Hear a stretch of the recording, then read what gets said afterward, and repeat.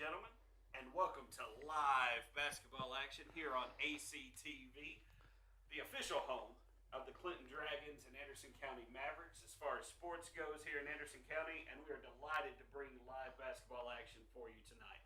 With me, as always, Jared Forgety on my left, got Dallas Cole here on my right. We are live from the Donnie Dome. Well, we're in studio, but the game's going to be live from the Donnie Dome as we do present the Clinton Dragons hosting the Anderson County Mavericks. Jared, should be a fun night of basketball. Dallas, it was kind of lopsided, especially the guys' game specifically last time we were here. The girls were a lot closer until the second half, and Clinton kind of pulled away. What are you expecting from the game tonight? More of the same? Yeah, most likely. Feel like it's going to be a little bit more of the same. I mean, both teams have played more games since, so probably it's going to be a little closer, but we'll see how it goes. Anderson County really is trying to get that defense going and really, trying to, help support and get everything going. Jared, what are your thoughts on that? Well, my thought is that you should probably turn your microphone on, and then it will work, and then the masses, will be able to hear you. That's what I think.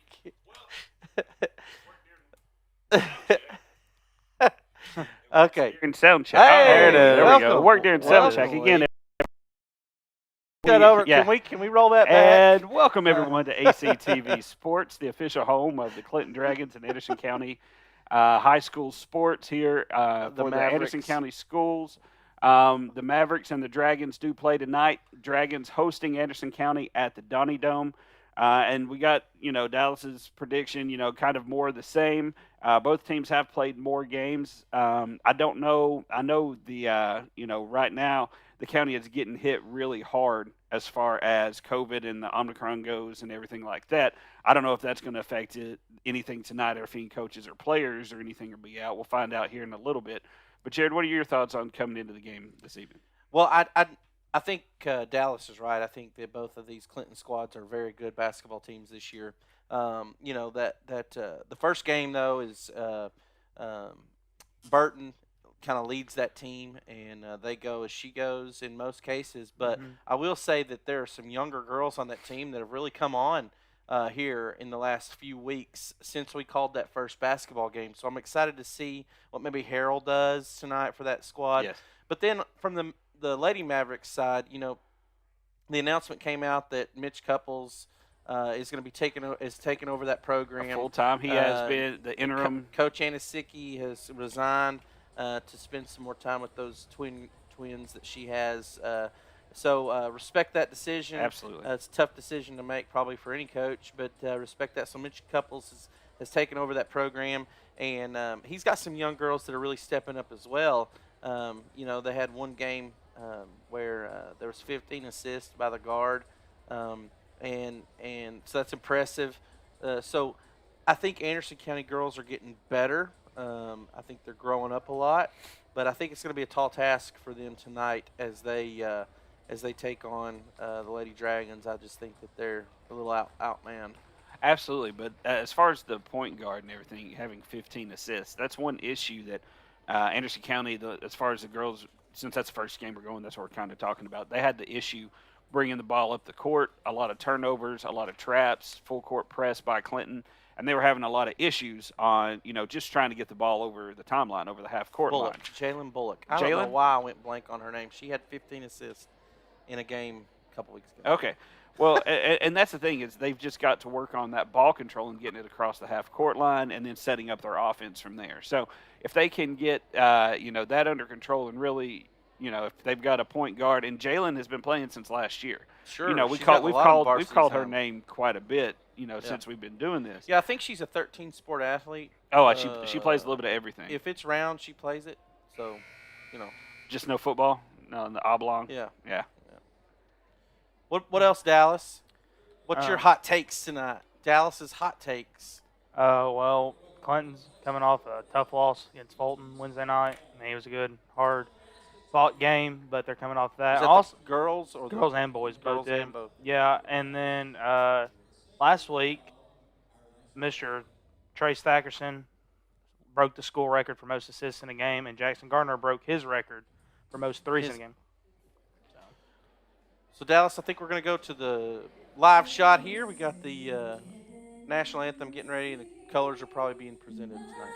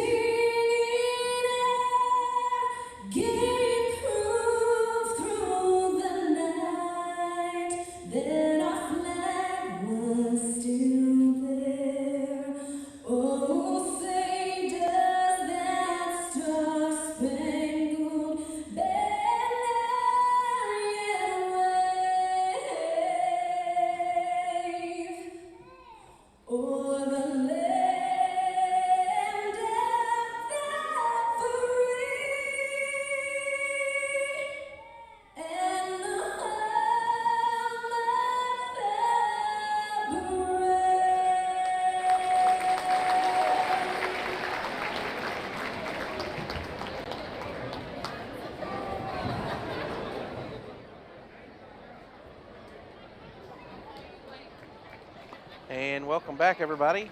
We are here live on ACTV.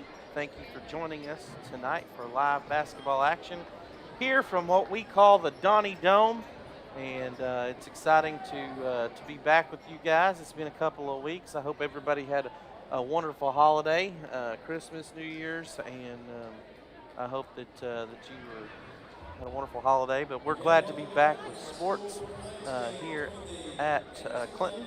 We're bringing you live action from Clinton. We are in the studio tonight, and I guess they're getting ready to do the starting lineup for your the visiting Lady Mavericks. And I'm trying to get the starters here for Anderson County. We got number 21, which is going to be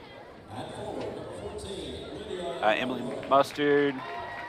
14, which is Leah Meldrum. Yeah, Lydia Meldrum. We got number 1, Kylie Alvis. Number 13, Shelby Kelly. And then I think that's number 30, Jalen Bullock. So that's going to be your starters for the Mavericks. And we'll keep a lookout and see who we see come out for the starters for the Lady Dragons. And I guess it's football night here at well, I mean, this is close as we're going to get to see, I guess, the football teams play against each other since there wasn't any game this year. Don't know why that was. Couldn't tell you. And here is the starting lineup for your Lady Dragons. I can't see the numbers because they turned all the lights off. Okay, let's see if we can help them out there, Lee. We know Burton's going to be starting. Well, yeah. I mean, I can tell you it's probably going to be Burton, Farrell, Starnes, Burrows.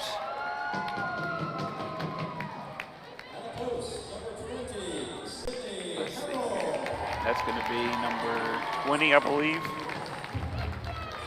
Yeah, it's Sydney Harrell.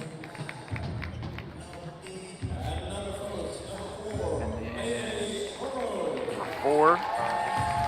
Yep, Bailey Burrows. I'm right so far. See if I'm right all the way through. And I think it's going to be Looks like number 10. Is that Starnes? Yep. Yeah. 3 for 3. I see Burton down there. I can't quite make out the one on the end.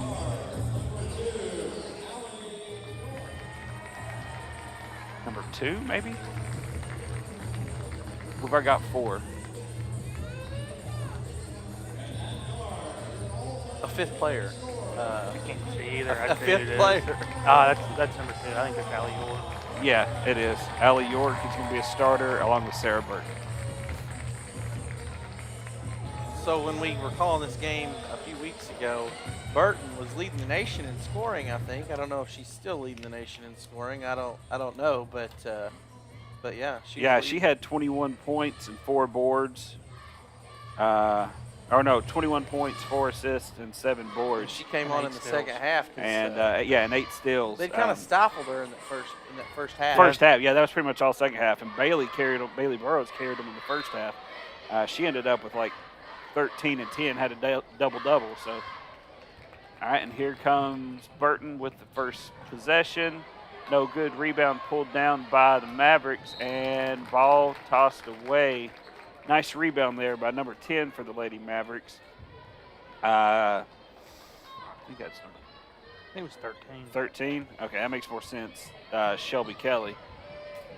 Another freshman on the floor there for the Mavericks. So here comes Burton. She's at the top of the key. Trying to get the interior pass. The Lady Mavericks are in a zone defense. A boxing chaser. 3-point shot, no good. Rebound pulled down, tapped around. Controlled by the Dragons. From way downtown, no good. Off back iron. And they're going to call a foul there. Ball's going to stay with Clinton. I believe that's going to be on number 14. You know, if I were Anderson County, County, they didn't call a foul. They just called it slapped out of bounds. If I were Anderson County, I'd try to limit those long, deep shots for Burton here early. If she gets her distance right, she's going to hit all night. So here come the Mavericks. Held Clinton to 0 on that possession. Ooh. Burton not called for the foul in there. Looked like she got a little bit of the body.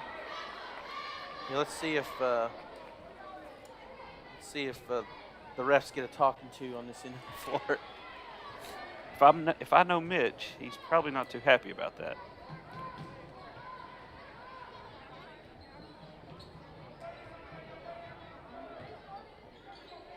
Burton moving the ball around. Burrows puts her shoulder down, takes it up, and they're going to draw the foul. I believe that's going to be on number 21 for the Lady Mavericks, if I'm not mistaken. Let's see if I can see the referee's hand. Yeah, it is going to be on 21. Emily Mustard, that's her first foul, team's first of the half. Burrows goes to the line to shoot the first free throw. No good.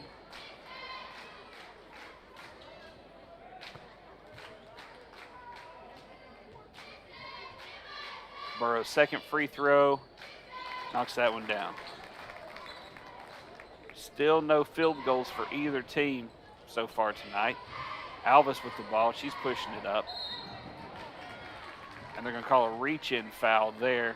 Not sure on who that's going to be on. It might be on Burton. I think it was Burton. Nope, on number 20 for the Lady Dragons.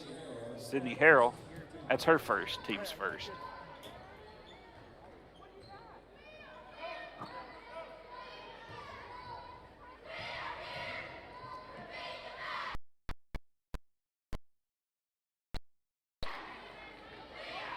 Gary's still in a chair.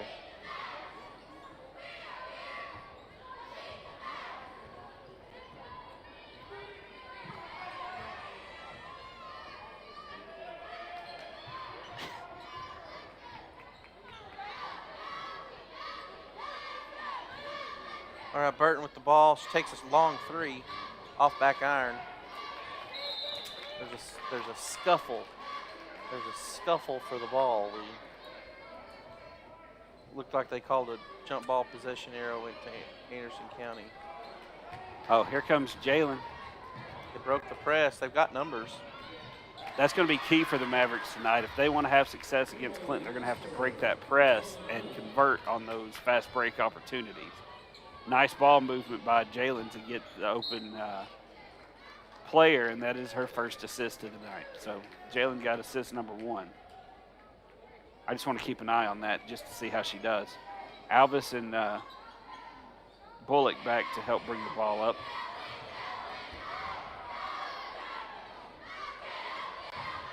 They need to get across that line.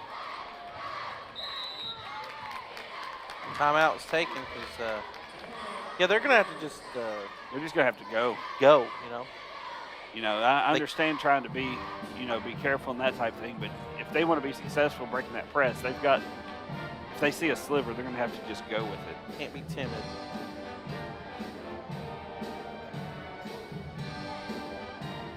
First time out of the half for the Lady Mavericks. We're a couple minutes into this game, and defense has been kind of tight. Neither team seems to be shooting particularly well here early. Yeah, I saw Freddie walk across the screen. It's not an official Dragons home game unless Freddie's there. Yeah.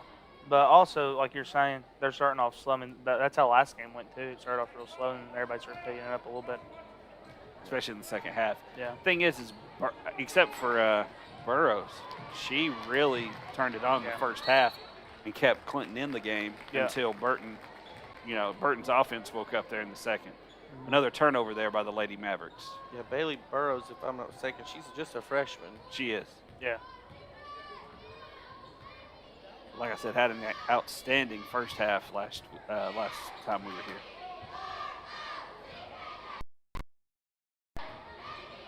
Good defense shown so far by the Lady Mavericks.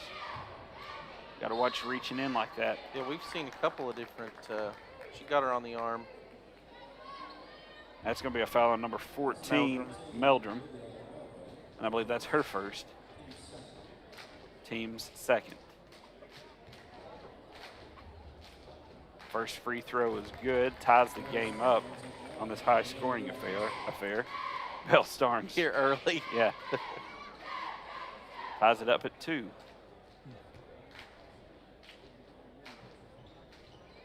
Second one is good. Yeah, I think free throws are key for any team. Alvis needs to push that on up the floor.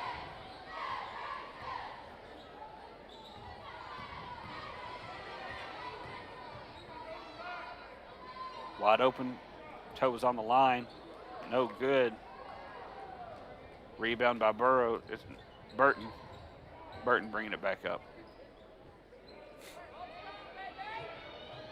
Good defense there by the Lady Mavericks, going straight up. Deep three. Nice rebound there. And here come the Mavericks with the basketball once again.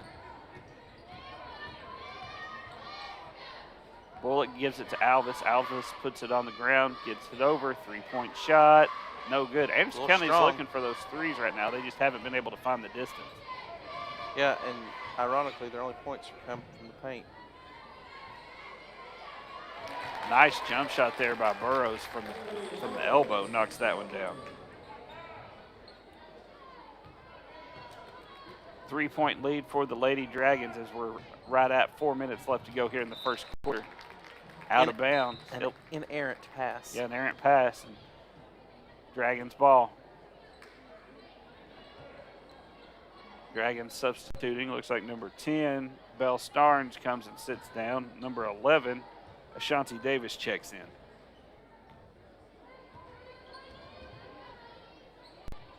Burton pulls up. She's strong from 3. Yeah, I'm not sure. Did that hit anything? Because if it didn't, I know that student section is going to let her hear about it. Well, that's one of the things you love about a rivalry game, though. It's kind of fun. Yeah. You just can't let it get too far. you got to keep it fun and not get obnoxious. Exactly. That's the best part about it, though. No, the best part about this game is that sock and shoe combination you got tonight. Yeah, it looks good. Nice little Clarks.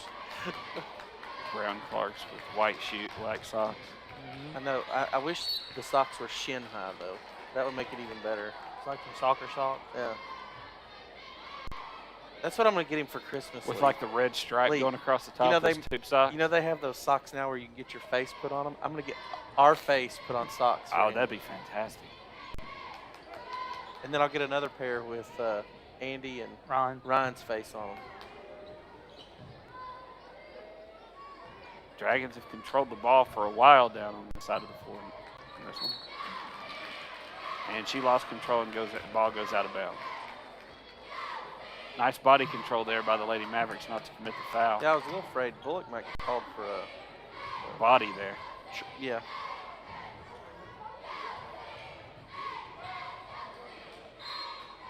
Stepped on the line. So we'll head back the other direction. 2:46 to go here in the first. If you're just joining us, thank you for joining us here on ACTV, the official home of Anderson County Sports. We're so glad that you're on here with us this evening. We're bringing you live basketball action on many different avenues: Facebook, ACT or AndersonCounty.tv, Channel 95 on Comcast, Channel 99 on Uverse. The ACTV app. So lots of different ways to tune in and see the content that Anderson County TV puts on.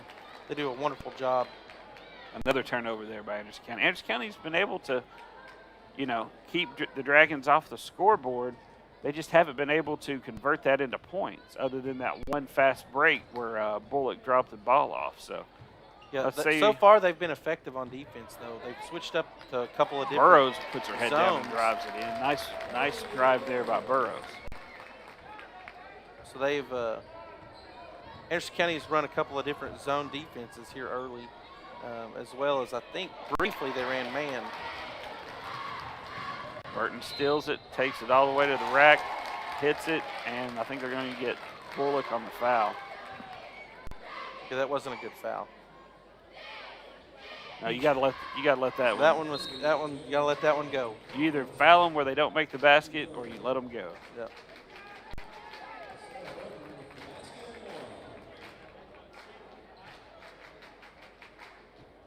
So this is Burton's first trip to the line tonight. After her first field goal. Off back iron, rebounded by Alvis. Nice pass over to Bullock before she took a step.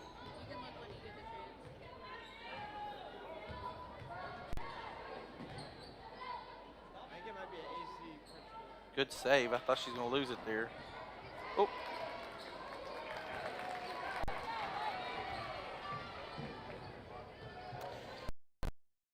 Kicks it out. 3-point shot. Off the mark. Here comes Alvis pushing it up the court. That's going to be a foul there on number 2 for the Lady Dragons. Allie York. As we have done in previous games, we're hoping to maybe bring you some interviews tonight from some local administrators or players after they get finished. Coaches, not sure who will get on here tonight, but it seems to be a fan favorite doing some interviews and things. So we're hoping to bring you some of those this evening as well. And there's going to be another foul on the turnover. Jared. And that's on Bullock again. That's her second. Yeah, she's going to have to be careful. Coach Couples is going to make a decision now if he can leave her on the floor. I don't know if they've got anybody else really that can break the well, press like Alvis, she's been able to push. Alvis played point a lot last year, and she will check out of the game. So Alvis will most likely move over to the point. Is that Bailey that just checked in? Bailey Newman? Or is that 22?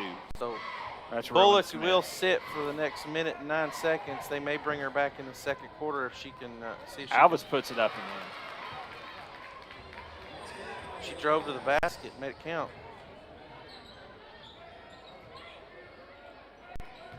Burrows gets the ball in deep, puts it up, no good. Another good interior defense there by the Lady Mavericks. Yeah, you got to love their hands. They're going straight up. They're not leaning over. They're not slapping at it. That's, best way to play defense inside.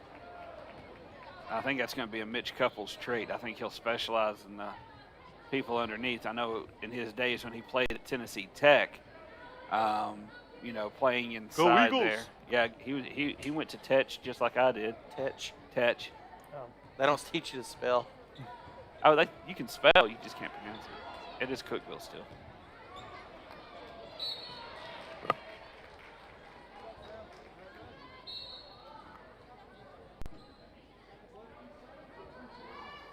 .6 seconds left to go here in the first quarter.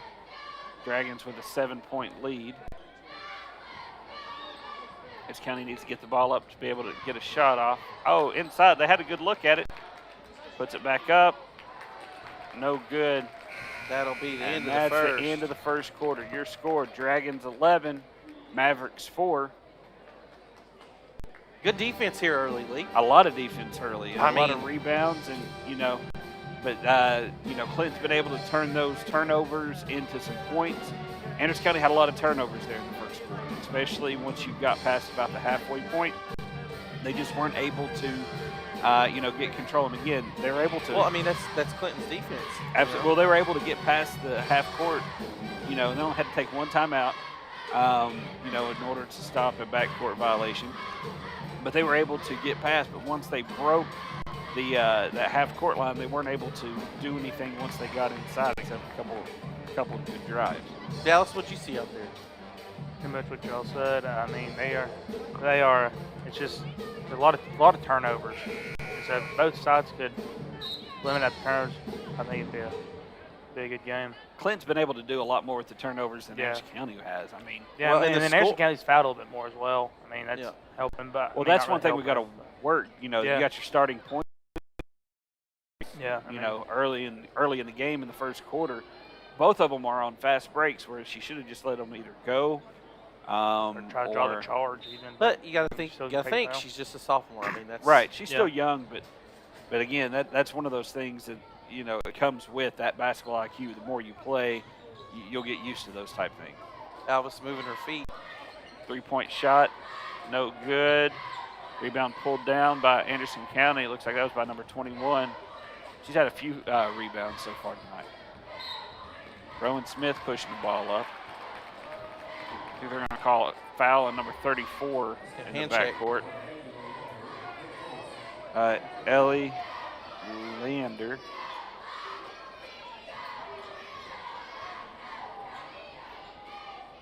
Pulls up. Nice shot there by number 14, Lydia Meldrum.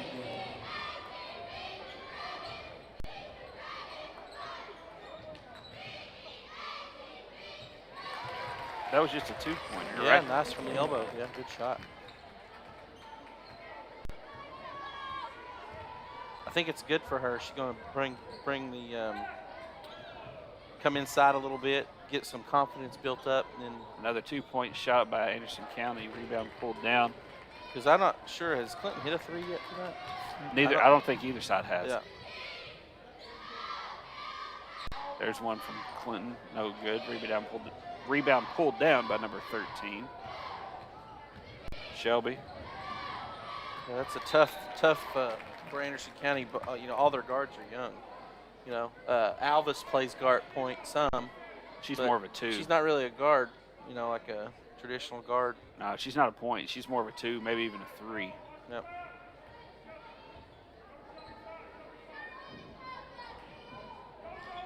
Nice pass inside by Alvis. Wide open. 3-point shot by Smith off the top of the backboard, no good. Here comes I think Clinton. they'd stop the play, but I guess it's only when it hits the rim first. Yeah.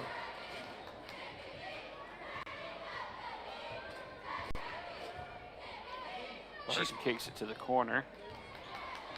Well, I want to say she's probably not watching because she's supposed to be at dinner with my wife. But my mother-in-law's birthday is today.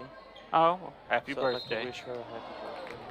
And they're going to call a foul on the three-pointer. It's going to be a foul on number 14, Meldrum. Or second. I'll take all the son-in-law points I can get.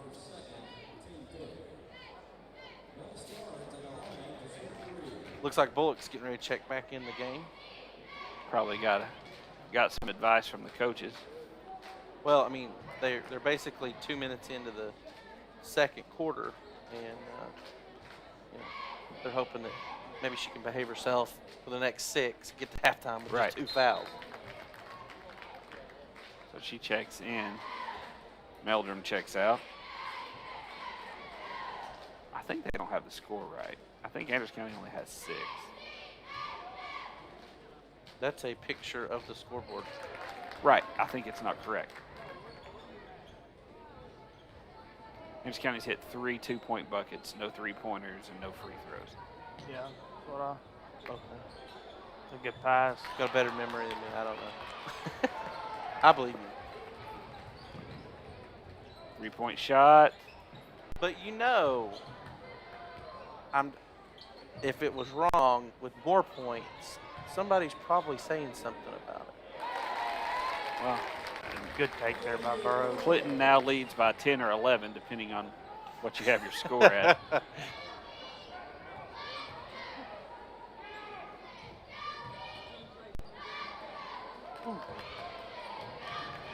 That was a pretty good take there by Alvis. She's It was. like triple teamed, got it up, but Burton with a better one. Look at that. That was beautiful. I thought I was watching the NBA. Timeout by the Lady Mavericks. That's their second of the half. Is that how you used to play back in the day? Oh, jump stop thing. Really? Yeah. When he was younger, Jared was actually a pretty good little player. Shoot. The ball. I really didn't do jump stops. I didn't do 0 steps. Or just drop it in, I just draw a foul. Dribble and shoot. That's all I did. I got to the point where even the referee was like, just shoot a 3 and then go crash a rebound because he had nobody else on his team that could score. Did you ever play with him? No, I was way too old, man. Yeah, he's like 4 years older than me. Oh, I mean, we thought played. they were like a year or two. No. Oh, no, we're 5 years apart. What? 82 and 87. Oh, August. So 4 years. and Almost 9 5 months. years, yeah. but y'all like a year or two. Born on the same day as the month. Yeah. How about that? 27. I was born August 27th. He's born November 27th. I should get points for knowing your birthday. It's always around Thanksgiving. Yeah, but I knew the day. They had 16 starting out today. They dropped down to 8 in that classroom today. Dallas, when's your birthday? February 13th, Oh, right around the corner. all right. How old will you be, Dallas? 19? You know? The old. Oh, shut up, kid. You're looking for a Valentine's Day date, ladies. Dallas Cole. Oh, nice shot there by Alvis. We'll put his off the contact tee. information at the bottom of the Yeah. screen. He will be wearing those socks and shoes. I And Okay. shorts. don't see the problem with that. They've corrected the score now. Okay. I was right. I think this is one of my better outfits of the year this Well, you're only 13 days in, so I'm glad. year. I missed. No, I'm This talking about. season. Yeah, season. Season. Same thing. Yeah. ACTV season. We got something exciting coming up next week, Lee. Yeah, Wanna Tuesday. fill them in on that. Tuesday, as Burroughs knocks down the first free throw, she's got a second one coming. Yeah, Tuesday night. Come back here and watch us again live as we have our favorite night of the year. It's our wrestling night. Yeah, We'll it be means back- Dallas won't be here. We'll be back at Anderson County. We'll actually be at Anderson County High School on Tuesday. We won't be doing it from the studio. We'll actually be there as of right now. Plans could change. You know, Omicron could change it. You know, whatever. But As we speak tonight.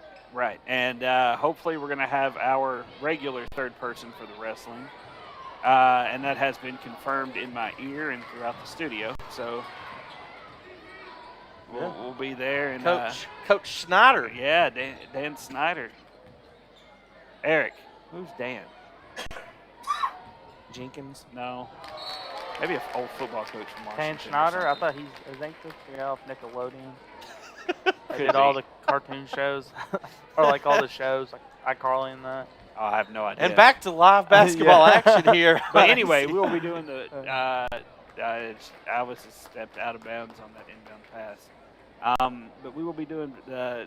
I guess it's still going to be the same duel, setup, the I believe duels it's with a the duel. 4 teams, and Clinton and Anderson County will both be involved in that, and we cannot wait to bring that the wrestling to you. Yeah, we got some wrestling alumnus that have gone on to play to wrestle in college. They're doing well. We got a couple of guys doing that, and so maybe we'll get an update on that. Nice block there by Anderson County. All ball on Burton's shot attempt. But yeah, it should be a fun evening of wrestling on Tuesday.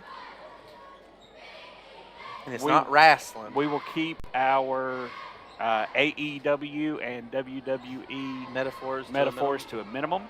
I can't promise that Macho Man might not break out. 'Cause yeah. I like doing that one, but other than that, we'll try to keep those to a minimum. But yeah, check us out Tuesday for the wrestling duels at Anderson County High School. Nice ball movement by the Lady Dragons, as they do have a 13-point lead here with 3 minutes and 10 seconds. Burrows inside. 3-point shot, short, You know, if- and out of bounds. If you'll remember from the fall, we were able to bring you a volleyball match. We did football, basketball, and then wrestling. We're hoping to be able to continue to maybe add sports and cover as much as we can. We want to give all the students an opportunity to be highlighted here on the station on Facebook Live, give their meemaws and peepaws an opportunity to tune in from wherever they are. I'd love to try to get a softball or a baseball game, but it's just normally it takes so many cameras to run those. But man, that would be my highlight is if we could get baseball or softball. Yeah, in. it looks like Alvis will go to the line to shoot 2. She's fouled pretty hard driving to the basket there. Especially since one of the Anderson County's assistant softball coaches I was in a wedding with about 25 years ago now? You know what I'm talking about? Oh, Biscuit? Yeah. Yeah, I already knew that. Oh, did you? Yeah, I've seen him on there, and so Bisquick. yeah, I'd love to see him. And Maybe he would be a great interview. oh man, He would be an awesome interview. I hope he's watching. Do you have his number? I could Facebook him. I'd have to check. He But would yeah, be, Nathan he would, Grooms. he would be a great interview. Nathan Grooms is a friend of ours, and he's assistant softball coach at Anderson County now. So hopefully at some point we can bring, some more sports and just open it up. And yeah, because all of these, and there's a foul, looks like, or a timeout by the Dragons.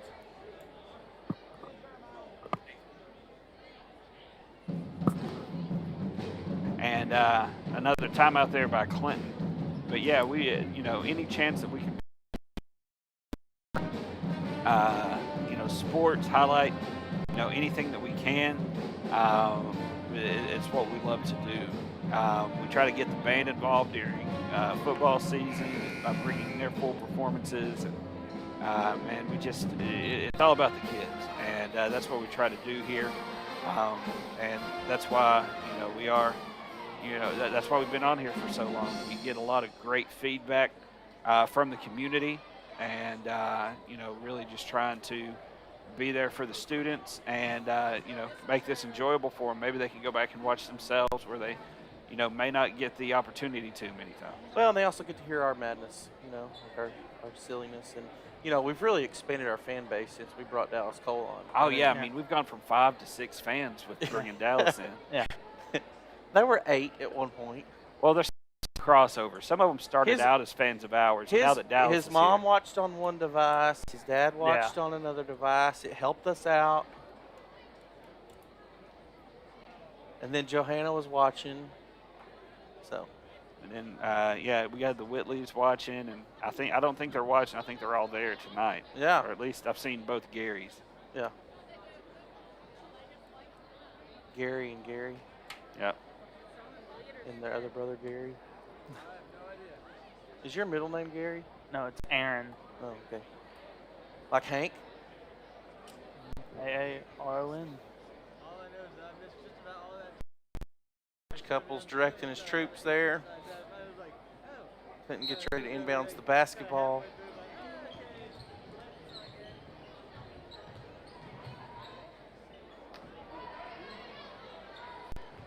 And Anderson County's going to work the numbers here.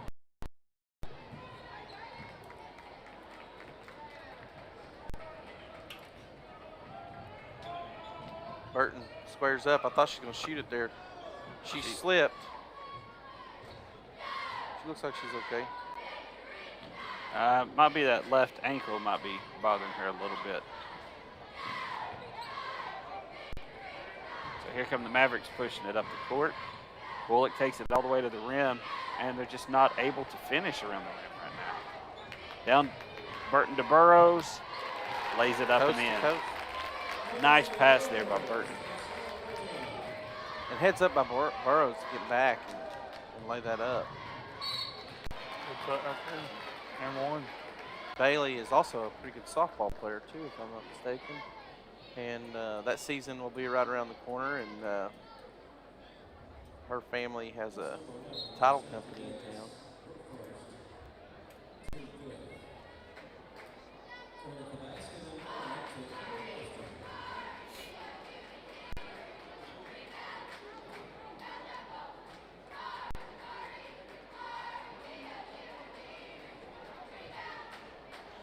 So she steps to the line. shoot the first one. There's only Off one. back iron. It's only one on a and one. Yeah. Normally. Well, I didn't see the and or the first part of the and. Nice bucket there by the Lady Dragons. They have a Coast to 14-point lead right now with about a minute and a half left to go here in the first half. Can't see. There we go. Tries to kick it back out. Good hustle play there. Jump ball called. I'm not sure where the possession arrow is. It is with the Lady Mavericks.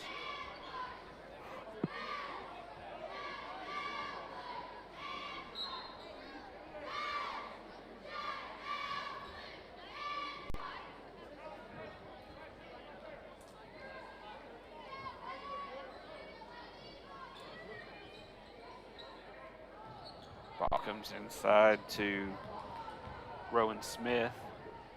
Kicks Open it in over the the corner. corner for Meldrum. Knocks Knocks it it down. down. Wow. 3-point shot. That might be the first three made by either team so far today. Yep, 60 minutes to play here. 60 minutes. 60 Wow. seconds to play here in the first half. Got a And marathon game I think coming that up. we'll have Dan Jenkins coming on here at halftime, the principal of Clinton High School. We'll get to aggravate him a little bit. Talk to him about the basketball going on. Maybe talk to him some about the duels coming up at Anderson County, and yeah, just the state of the school, state of the Clinton High School. I mean, it's taken a downturn since Dallas left. I know that. A downturn. You mean an upturn? Well, the golf team got better. Knocks down the first one. 12-point lead for the Dragons. Knocks down number two. And right before the second half, Dallas will have a weather update for us. Weather update. Yeah, you didn't know you were a meteorologist too? Yeah, here, let me go. Dallas Hinkin. Yeah, let me go look here. Oh, it's supposed to snow this weekend, hopefully. We'll see if it happens. But it's a 3-day weekend, so it doesn't matter either way. Because they still won't get out of school. No. Nice ball movement, 3-point shot, no good. Long. They're running the floor Burton here. pushing it up the court. She likes the fast break points. Anderson County with the rebound. 15 seconds left to go here in the first half. Puts it up. Good shot. Nice floater in the paint Yeah. there. Well, we kind of got disrupted, but she stayed with it, was able to get the ball up. Deep Long. three by Burton. Knocked it Oh! down. Well, First one of the night. Wow. From deep, Burton puts a nail in that first half for the Dragons. Dragons with a 14-point lead going into intermission. And hopefully we'll have Dan Jenkins, principal of Clinton High School, here in just a minute. We can interview him. Jared, Dallas, Dallas, we'll start with you. Tell us a little bit about the stats coming from the first half. And these are unofficial, of course. Yeah. But these are the stats according to Dallas. He does a great job with those. Yeah, so for the Dragons, leading scorer right now is Burrows. I mean, she started off hot. She's got 11 points. And then Burton and Starnes is right behind her, with Burton having 9, counting that 3 right there at the last second. And then Starnes has 8. And then for the Mavericks, leading scorer is tied between Lydia and Alves. They both have 5 each. So all around, I mean. And Mustard's got 4. Yeah, Mustard's got 4, but she's got 7 rebounds already. First half. Wow. She's rebounding exceptionally well. I mean, that's helping them. They're getting boards left and right. They're not. The shots are just not falling for them right now. Yeah, for either side, I think there was a lot more scoring in that first game that we covered in the first half, wasn't there? Not in the first half. No, in the first second half. Yeah, Yeah, the second half. Okay. Yeah, it was a real low-scoring game. Burton came alive, and Burrows continued to score some, and it does look like we're going to have Principal Dan Jenkins coming up here in just a second to. We'll have that interview as he gets his headset kind of adjusted. And all right, Dan, can you pull the camera down? Perfect. And we are here live with Dan Jenkins, principal of Clinton High School. And Dan, how's everything going tonight? And it looks like the Lady Dragons are having a pretty good game so far. They are. We're having a fantastic night. We got the band out.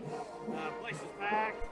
It's a lot of fun, man. We're excited. Absolutely. And we were talking about, besides the game tonight between Anderson County and Clinton, we've got our favorite night of the year coming up on Tuesday as we'll be doing the wrestling duels. We look forward to this every year. We've got Eric Snyder once again. He's going to be on the table with Jared and I. Was this 3 years? This will be our third time doing it. So a lot going on there at Clinton. Give us a little update. What's going on over there at the home of the Dragons? Man, we did some really cool things. We have a partnership with Kona Ice, so every Friday we do Kona Ice for the kids, and then we've also we do hot chocolate, and then the staff gets hot chocolate every Friday, and that's kind of a fun thing we're doing recently. We're doing free pizza on Wednesday for staff, and a lot of pep rallies going on right now, a lot of intramurals, extracurriculars during lunch. The teachers, man, I don't know if I can say enough good things about teachers this time of year, how much they've done for our students and across the nation. They put their time into kids during everything else that's going on. And so, man, it's just a fun place to be. I'm having a ball here. The kids are amazing. I love my staff, so a lot of good things. I mean, we got to shout out to the teachers and the administrators. There's been so many that have been out from, COVID-19, all the different variants and everything, and for them to still show up every day and do what they do, man, with our history with schools and everything, hats off. We love the teachers and everything, and anything that we can do to promote them, we'd love to do that. So and that's awesome that you all are, doing the hot chocolate and doing the pizza for them, and anything like that. So hats off to the administration for that. Jared? Coach, it's good to have you back on here. We had you on here when we did the last game, when we covered the Anderson County Clinton game over at Anderson County, and you got to give us an update. We just started school back. We've been in a couple of weeks, but I ask a silly question with every interview. I don't know if I'm the only one that likes it, but I don't really care. I think Dr. Parrott likes it. You're the only one. I got word that he likes it. So my silly question for you, Christmas just ended. What is your all-time favorite Christmas gift? Man, that's a good one. Actually, it's a little easy. You guys know I've coached different sports over the years. So I remember when I was 6 and I got my very first basketball goal that my dad put in our yard. I wasn't much of a basketball kid, but it was just fun to have something like that I could always look back on, and that was really an amazing moment for me as a kid and what my parents did for me. So that's pretty cool. Now, was it one of the kinds that concreted in the ground, or was it the kind you could move around? No, we were old school back then. I had to help him set it and everything in concrete. It was an old school goal with a flimsy backboard. So you're saying it's not an official 10-foot goal? It could be 9.82 feet. We used to have, in the summertime, we would have tournaments in my neighborhood, and everybody got to name their own gym. And so we would drop them down. You'd have your 10-foot game, and you drop it down to 9, and so we could dunk and stuff. So we had a ball. You were your favorite player and all that.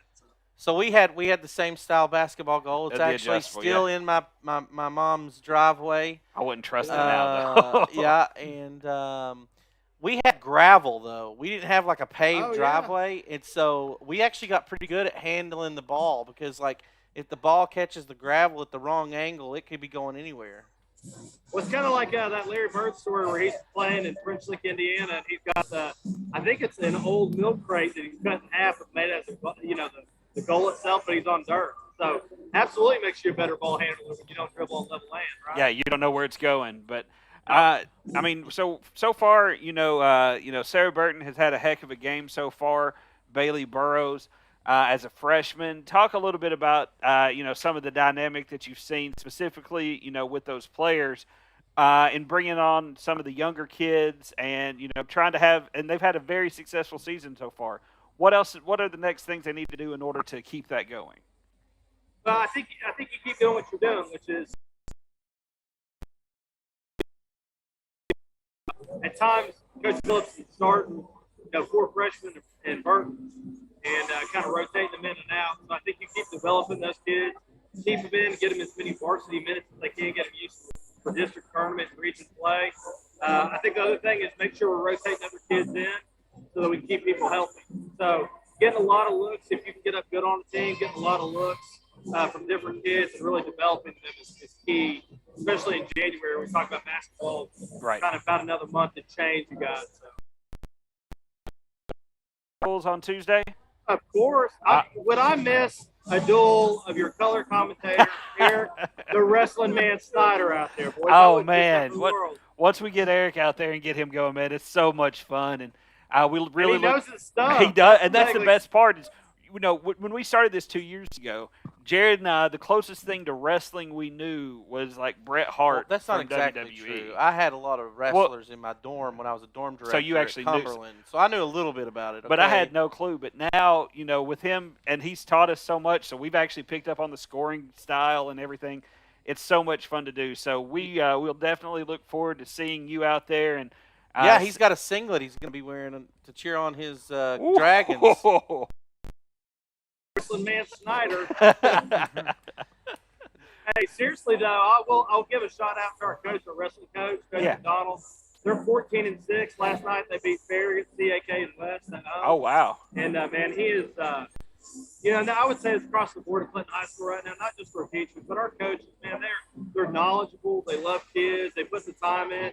It really amazes me because there's a lot of sports I don't know a ton about, but seeing them engage with the kids and really getting them bought in is really cool to watch. Yeah, this is his first year with the program, correct? Yeah, so last couple of years, I think 3, he was at West High School. He wrestled in college, and he understands it on a fundamental level. I always say that's when you have a good coach, kind of like Coach Keith for us in football. He teaches kids fundamentals. Like he'll get down there, hey, your foot is a ½ inch off, rotate your hips this way, your hand has to be positioned like this, and get a good start. So we're pretty lucky across the board to have the people we have. And that's the thing, finding a quality coach and then being able to maintain that and having that stability in the program. And you're starting to see that with football now as he's getting into his second, third year. You see the players start coming back around, trusting that the same coach is going to be there. You see that, of course, with Don Lockard. He's been there. Coach Lockard's been there for a while. And then Coach Phillips as well. But it's getting that quality coach in there and then keeping them, and that's going to be the biggest success is having that stability. Well, I think for kids and communities, whenever we talk about, how do we continue to make Clinton better and great, it's consistent. Consistency is key. It's having the right people in the right seat on the bus. It's moving the school forward. Having everybody around and keeping them is very, very important. All right. Well, Dan, thank you so much for your time.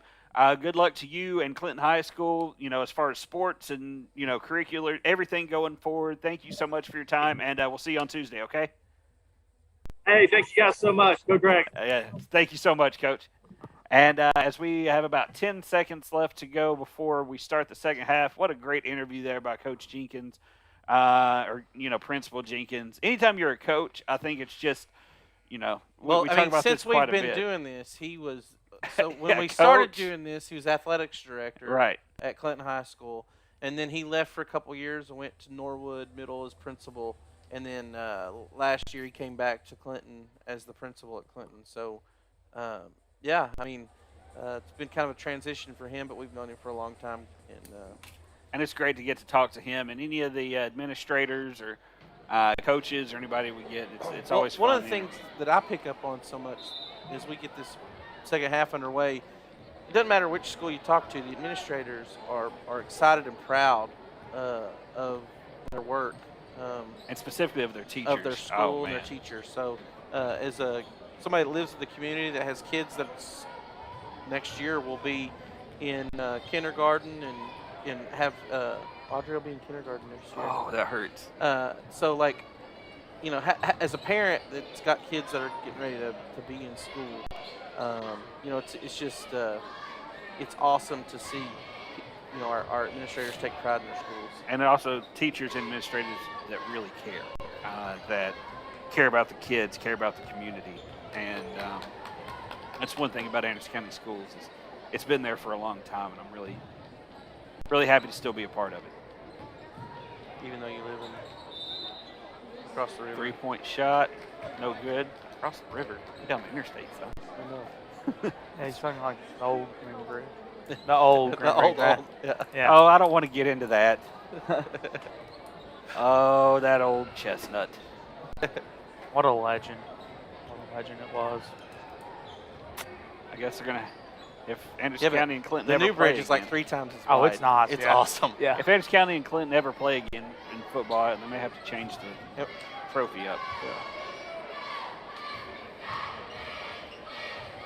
I wonder if they could get Blaylock, like he built it, to building the trophy out of the old Old bridge. green bridge. That would be cool. You How can't cool would even that be? lie. That would be From cool. the oh, nice jump shot there by number 21, Mustard. Emily Mustard from the elbow. 12-point lead by the Dragons. Burton bringing the ball up.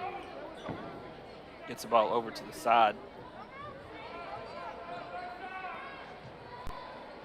Burton pulls the trigger. It's long. Rebound by the Dragons. Burrows cleaning up the mess underneath. You've got to get a body on her and box her out. You've got to move her out of the paint on a rebound situation. She's just, I know she's a freshman, but she's proven, like with body control and everything else so much, you've got to, move her. 3-point shot by Mustard, no good. Pulled Good down by rebound by Alvis. Puts it back up and in off the glass. Banks open late on a Friday night. No, it closed already. She banked the shot at Jared. 3-point shot, no good. All right, here comes Bullock pushing the ball up the court. I think the drive-through is just open until 5:30. And lays it up and in. Nice coast-to-coast push there by Bullock. Might be the cheesiest one we've heard all night. That's why I just kept I going. will keep them coming, though. You know? That's why I just kept going. I just ignored it. Burton with the ball. So keep in mind, we will Burrows from deeper. Nope. Rebound by the Mavericks. We'll bring you the live basketball action. As the men, the young men will suit it up here for the second half of tonight. As the guys will play about 15 minutes or so following the end of this game. Mustard with another bucket. She led Lady Mavericks last time. Yeah, she's in leading them points. tonight. She had, I think it was 19 or 20 points last time. And as the Mavericks try to fight back and cut this lead down to 8, she's leading them back once again. I think they're going to need to go through Mustard as far as points go. Bullock bringing the ball up, and I think Mustard needs to touch the ball on every possession right now as she's been able to hit some shots. Well, I think that Anderson County definitely, it's not a ton of size, but they have some height They do. inside. Other than Burrows. And- Burrows can equal Yeah, their height pretty yes. much. And the surprising thing is, even though they're a little taller, they can actually stretch the floor out to the paint and shoot a little bit. So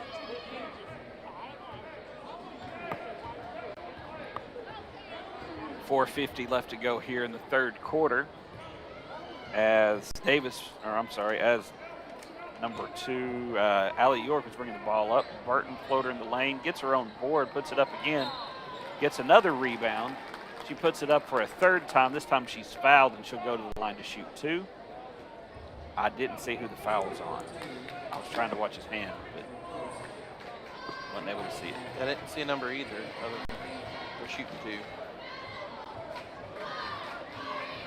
Burton's first free throw is good.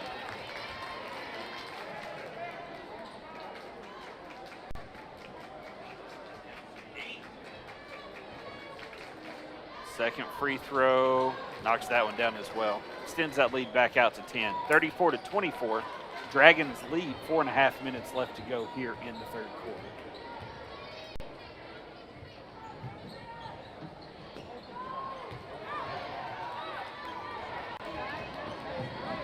There goes York again, lays it up and in. So the Dragons have gotten out of the timeout. They've gotten the first 2 baskets, extended that lead back out to 12. It looked like a good timeout by Coach Phillips there. Yeah, it looks like the Lady Mavericks are having a hard time handling the basketball right now, as they've had a couple of turnovers here real quick. That's what plagued them late in the first quarter, is they couldn't keep control of it. They turned the ball over quite a bit. So let's see what they can do right now.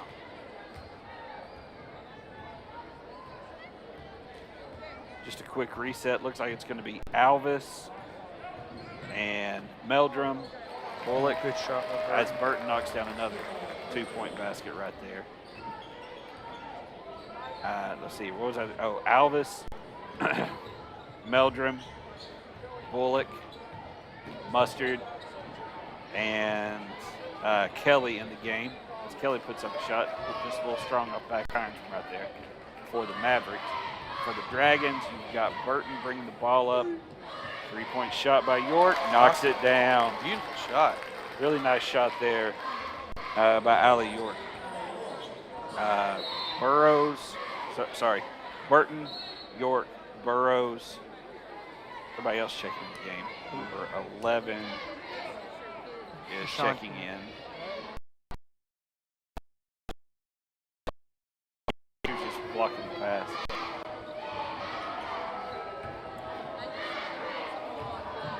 Here comes Bullock pushing it up. Can't quite see who the other numbers are. Pass came in a little hot. She wasn't able to handle it. Is that Sydney Harrell in for the Dragons right now? Yes. There's the other one. No, she's a shooter. She scored any tonight? She's not scoring. I don't think so. She had a pretty good game with 9 points last time we were here. Alvis is going to get called for body there. It looks like. Yep. So send Burrow to the line. Burrows to shoot 2.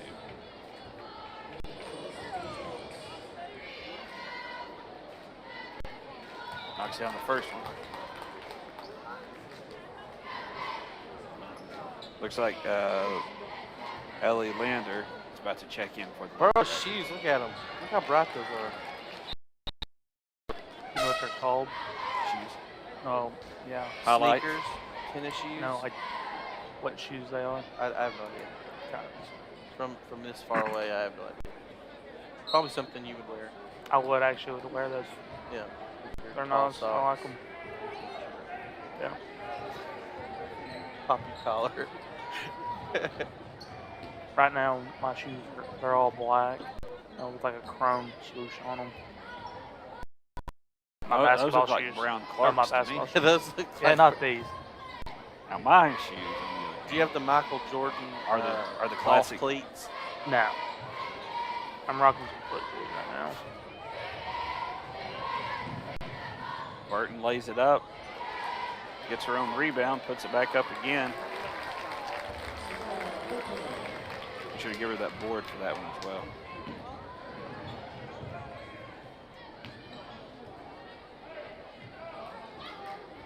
Anderson County's got to pull the trigger on some of these shots, Jared. There's going to be a foul underneath. I didn't see what number. No, it ain't that was a jump ball. He threw them up. I was looking down trying to get a number. I hadn't seen this person in for the Lady Mavericks. Number 4, Emily Flatford. She played some in the last game. 3-point shot. Bounces around, no good. Anderson County's going to have to pull the trigger on those shots if they want to try to get back in this game. 21-point lead by the Dragons. Anderson County had it down as low as 10. 8. 8 earlier. Yeah, they did. 3-point shot there by the Lady Dragons. Since that Dragon timeout, it's pretty much been all Dragons. Alvis bringing the ball up, gets it over to Bullock. Trying to get the ball inside, tipped out of bounds by the Lady Dragons. Good defense there by the Dragons. Not allowing that interior pass.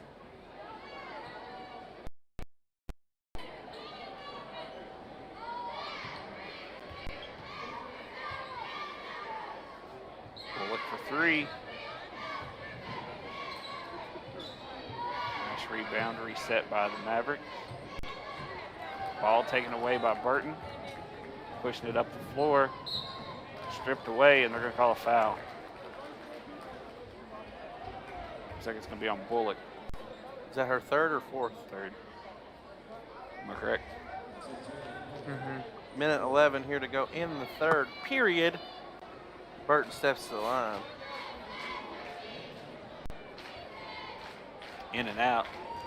Lead stays at 24 for the Lady Dragons.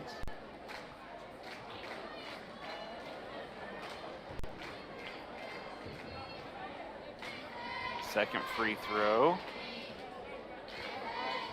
Knocks it down.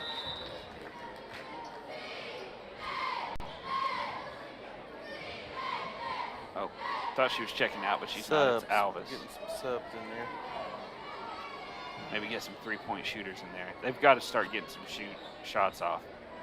You know, that's one thing about the Lady Dragons, especially with Burton and some of the others. If they get an open look, they don't hesitate. They put it right up. And I haven't seen that same mentality for the Lady Mavericks. Could be a foul underneath. Looks like on number 11 for by the Dragons. Ashanti Davis. Bullock to inbound the ball.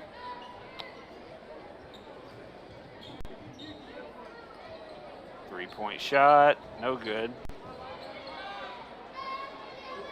Trying to get the ball back up. Nice movement inside. Too strong. 40 seconds left to go here in the third. See if Clinton tries to slow it down and play for the last shot of the quarter. I wish there was a shot clock in high school. I think there needs to be one. Nice ball movement by the Lady Dragons. Puts it on the floor, floats it up, no good. Rebound, here comes Bullock pushing it up the court. Take it all the way, Bullock. Burton speed, man. She's so fast. Picked her pocket. 8.7 seconds left to go. She 25 looked like a young Lee Fogarty out there running the floor. Negative, sir. I've never been that fast in my life. I'm not even going to pretend or play. Built for comfort, not for speed. Yeah. Now, don't get me wrong. I was a decent 4 or 5 underneath back in middle school days, but I was never known for my fleetness of foot. You ran like Shaq. I was in there to throw some elbows and get some rebounds. Throw some bows. Gotta throw the bows. Offense didn't run through me, but I got a lot of ran through the garbage. offense. I got a lot of garbage points and that type thing. I knew my position. Gotta throw the bows. Block some shots, get some fouls. But that's going to be the end of the third quarter. 25-point lead for the Lady Dragons over the Lady Mavericks, 49-24. It's kind of what we expected that we talked about in the first half. Lady Mavericks are very young outside of really just Alvis. Alvis. Alvis is the senior guard. And then other than that, freshman, sophomore, freshman. Meldrum's a junior. A couple more sophomores and another. I mean, that's it. I mean, one senior and one junior. One senior, one junior. Everybody else is underclass. Let's say Clinton said, well, I think they only got 2 seniors out starting. Starnes. I think there's 3 or 4 of them. Yep. Starnes, Burton. Autumn Hill's 1. That's 3. I'm just looking to see. They got a bunch of Autumn freshmen Hill. too. Yeah, they do. And I mean, They also got, Addison Del Carmen. She's a junior. Hadn't seen much of her tonight yet. Yeah, she was on the floor before the timeout. Yeah, she's been in. Well, that's what I'm saying. We hadn't seen a lot from her. We've Yeah. seen her some, but it's not, Wow, good Good take by Burton. Strong finish. But now with Coach Couples, and that's what I was talking about with Dan Jenkins, having a quality coach where Burrows you can with the establish. Take it. She took it hard. How are they going to call it? Got the foul. Got the blocking foul on Mustard. Looked like she was trying to set a peg, but she just couldn't get it there in time.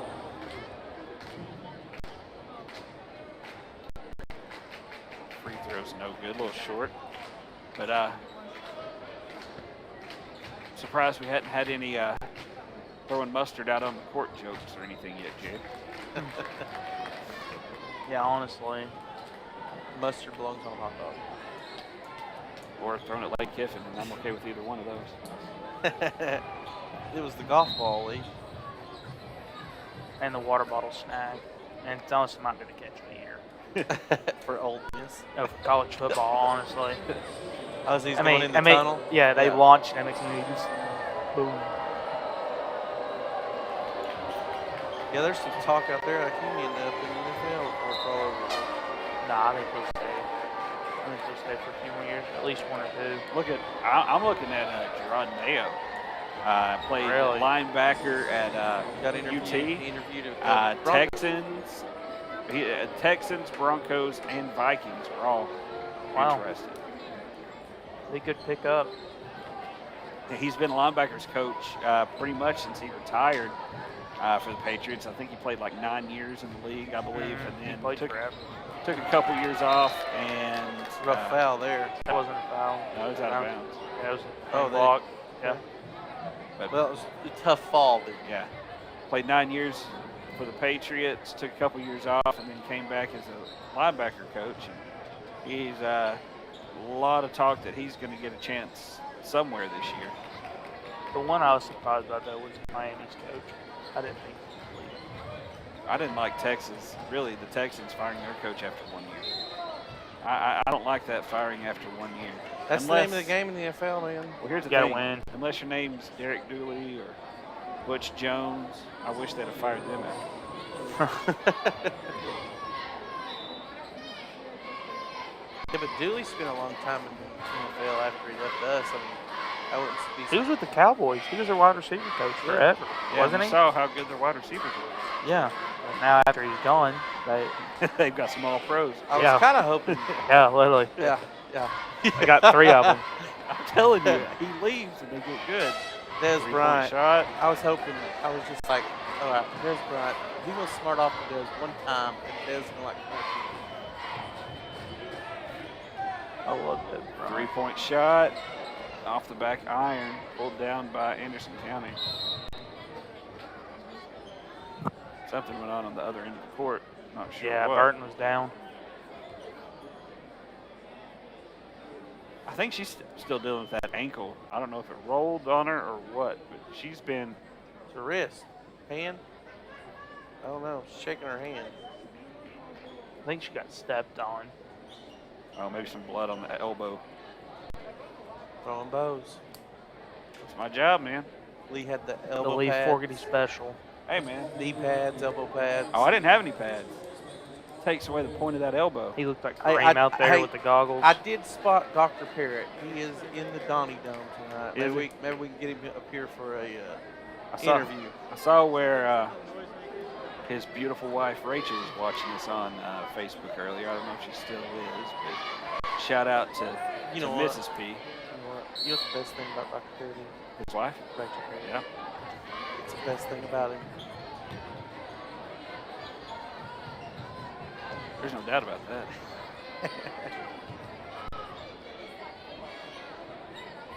I don't know. His son and daughter are pretty cool too.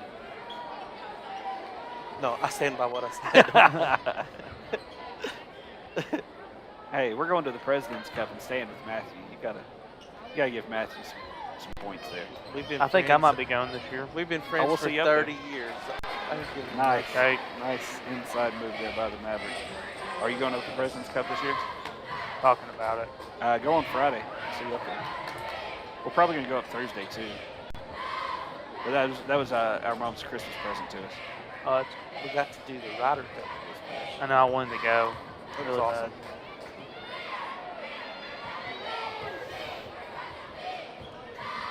If you go, be sure to go to the merch tent early.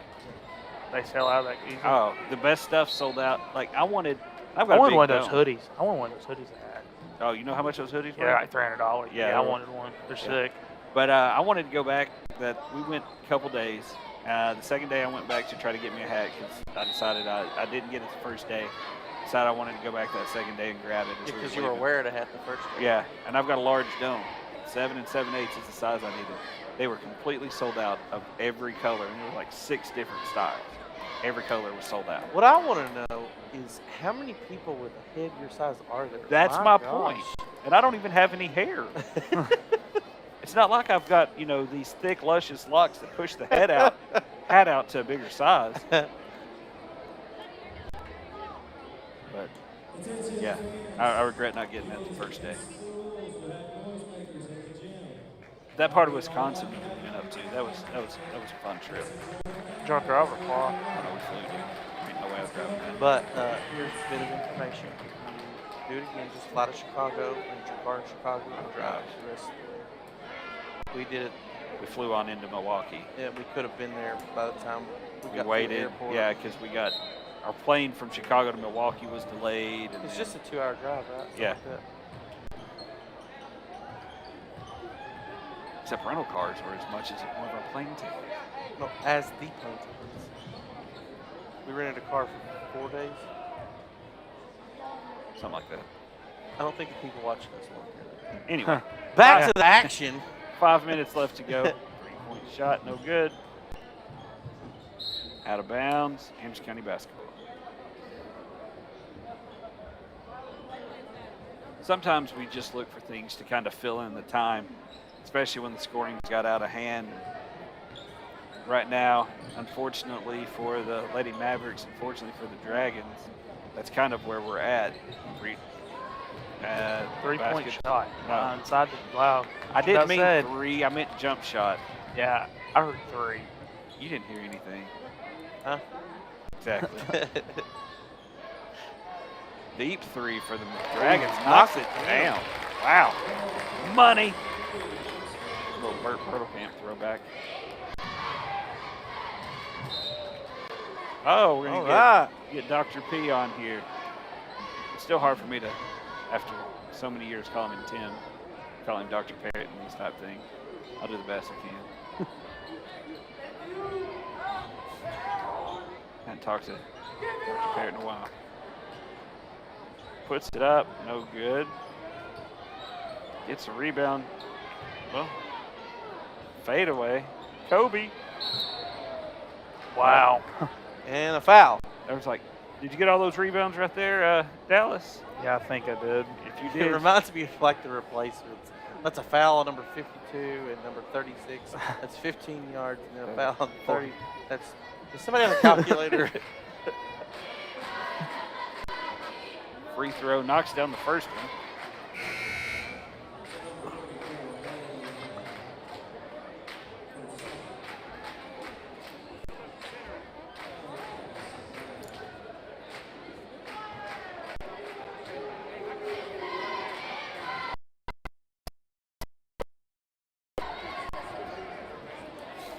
It looks like Coach Couples is going to take a timeout, talk about it with his girls. He's got 4:15 to get these girls back into it here in the fourth. And if you're just, excuse me, if you're just joining us, we will be covering the guys' game, which will be immediately following this one, about 15 minutes after this. We'll Right. give them a little time to warm up. And we will have Dr. Parrott, the Anderson County School Superintendent on, and we'll interview him between games. And Jared, we're really looking forward to next Tuesday. I cannot wait for next Tuesday. Oh, yeah. And a quick shout out to my wife, Abby, and my daughters, Emma and Lena, as hopefully they're watching. Hi, girls. Hope to see you all soon. We'll definitely see you all tomorrow as we head over. Jared, we're headed over to Lenore City tomorrow, I believe. Lenore. We will be. Not for anything sports related. But coming up tomorrow, we do have Tennessee versus Kentucky. 1 o'clock. Actually, is it 1 o'clock? Okay. And basketball for the guys, and then the ladies play Sunday at 3. But Also versus Kentucky. right. I went to the South Carolina game the other night. Oh, that's good. How was that?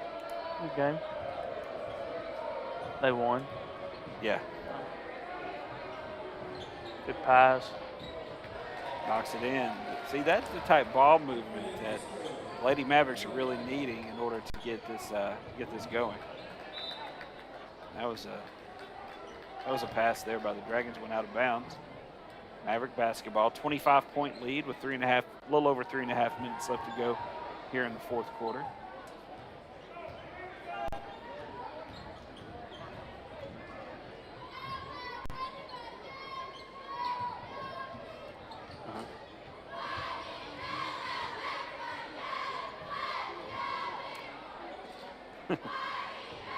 Nice ball movement there by Alvis.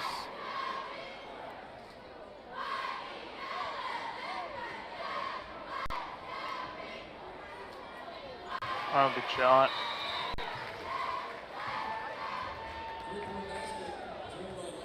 And another timeout by, was it James County? I didn't see him really point. Did you see? 3:06 left to go here in the fourth. Jared, while we have a break. I think that was an Anderson County timeout. Clinton has 2 timeouts remaining. Anderson County has 1. Jared, while we're doing this, why don't you remind everybody where they can watch us and contact us as far as ACTV goes? Yeah, we're on a plethora of different viewing aspects. You can find us on ACTV channel 95 on Comcast, 99 on Uverse, AndersonCounty.tv, Facebook, YouTube, the Anderson County TV app. I don't even know if I've listed them all. You can find us just about anywhere, and so we're glad to be able to bring you this live action as we brought volleyball, basketball, football. This coming Tuesday we'll do wrestling, and just an awesome opportunity for our kids to be highlighted in our community. And I just want to thank the folks at ACTV and the county government and Clinton City and everybody that's involved that helps us and allows us to do this. My hat's off to you for giving us the opportunity and the equipment and to be able to bring this coverage for our kids and our students in Anderson County. So we're back underway. Anderson County comes up with a turnover. Bullock is driving to the lane, passes it off.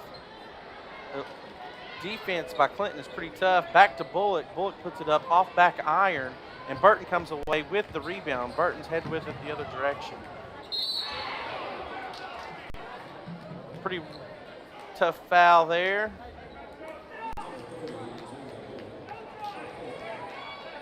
And it will be Clinton's basketball. Bullock knocks the ball away. Comes up with the rebound, lays it up, 2 points. And there'll be and 1. They'll send Bullock to the line. Burton with the foul. So Anderson County has cut this lead back, the Clinton lead back down to 20 points. Burton will step to the line to shoot the 1-and-1, or the one shot. Knocks it down. And it looks like Anderson County will continue this full court pressure as Anderson County tries to trap, and they come up with another turnover. Bullock puts it up off back iron. It'll go out of bounds, and it will go Clinton's way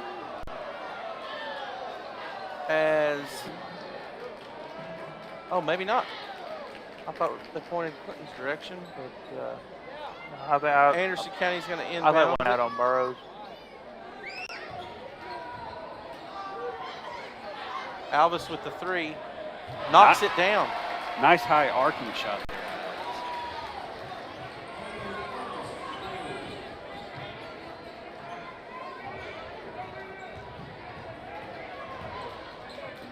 Dragons moving the ball up.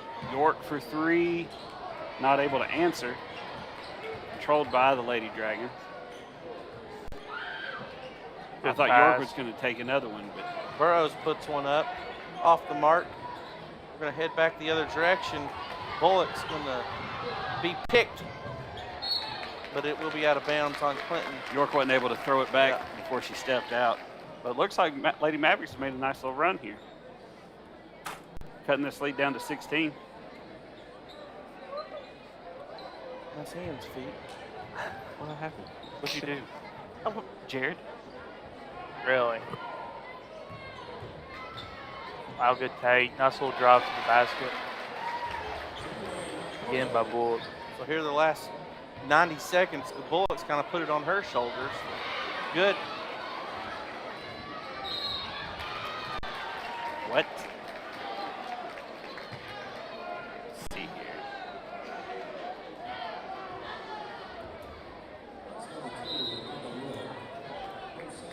I'm going to text him. Evidently, Dr. Parrott may be too busy to join us. We're gonna. He's enjoying, He's right there. He's enjoying the night watching basketball. I'll get him and Ben up there.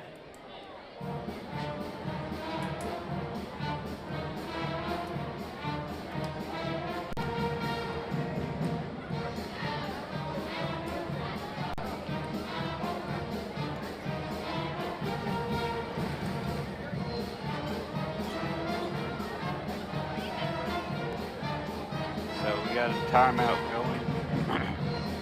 Lady Mavericks getting some instruction there on the sideline.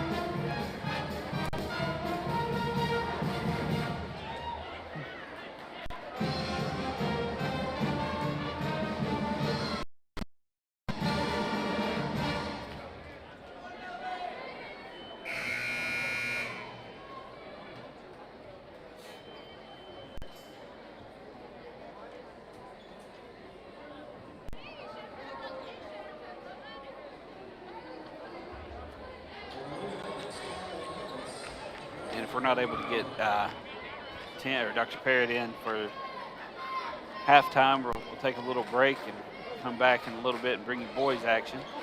Free throw is off the mark. Here come the Lady Dragons. Burton pushing the ball up the court, trying to find an open shooter. Pulls it back out. Right at 60 seconds left to go in the game. You have to foul. Equal foul. Nah, not with a 14-point deficit. They'll just try to turn them over. Looks like the Lady Dragons are just playing keep away. Not really looking to shoot.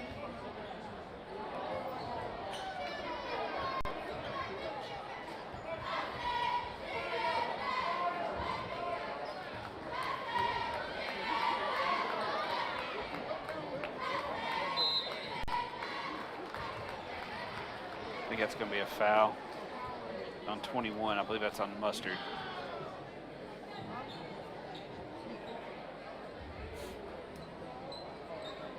Burton to inbound the ball. 29.2 seconds left to go here in the fourth.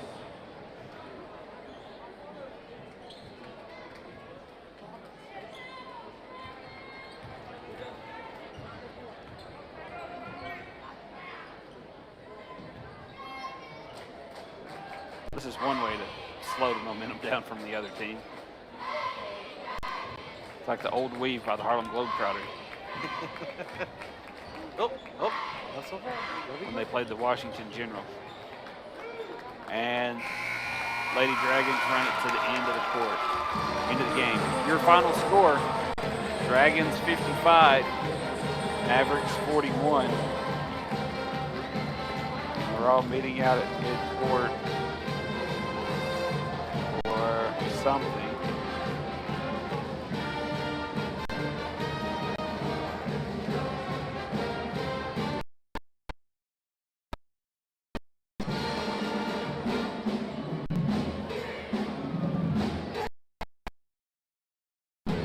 That's good to see.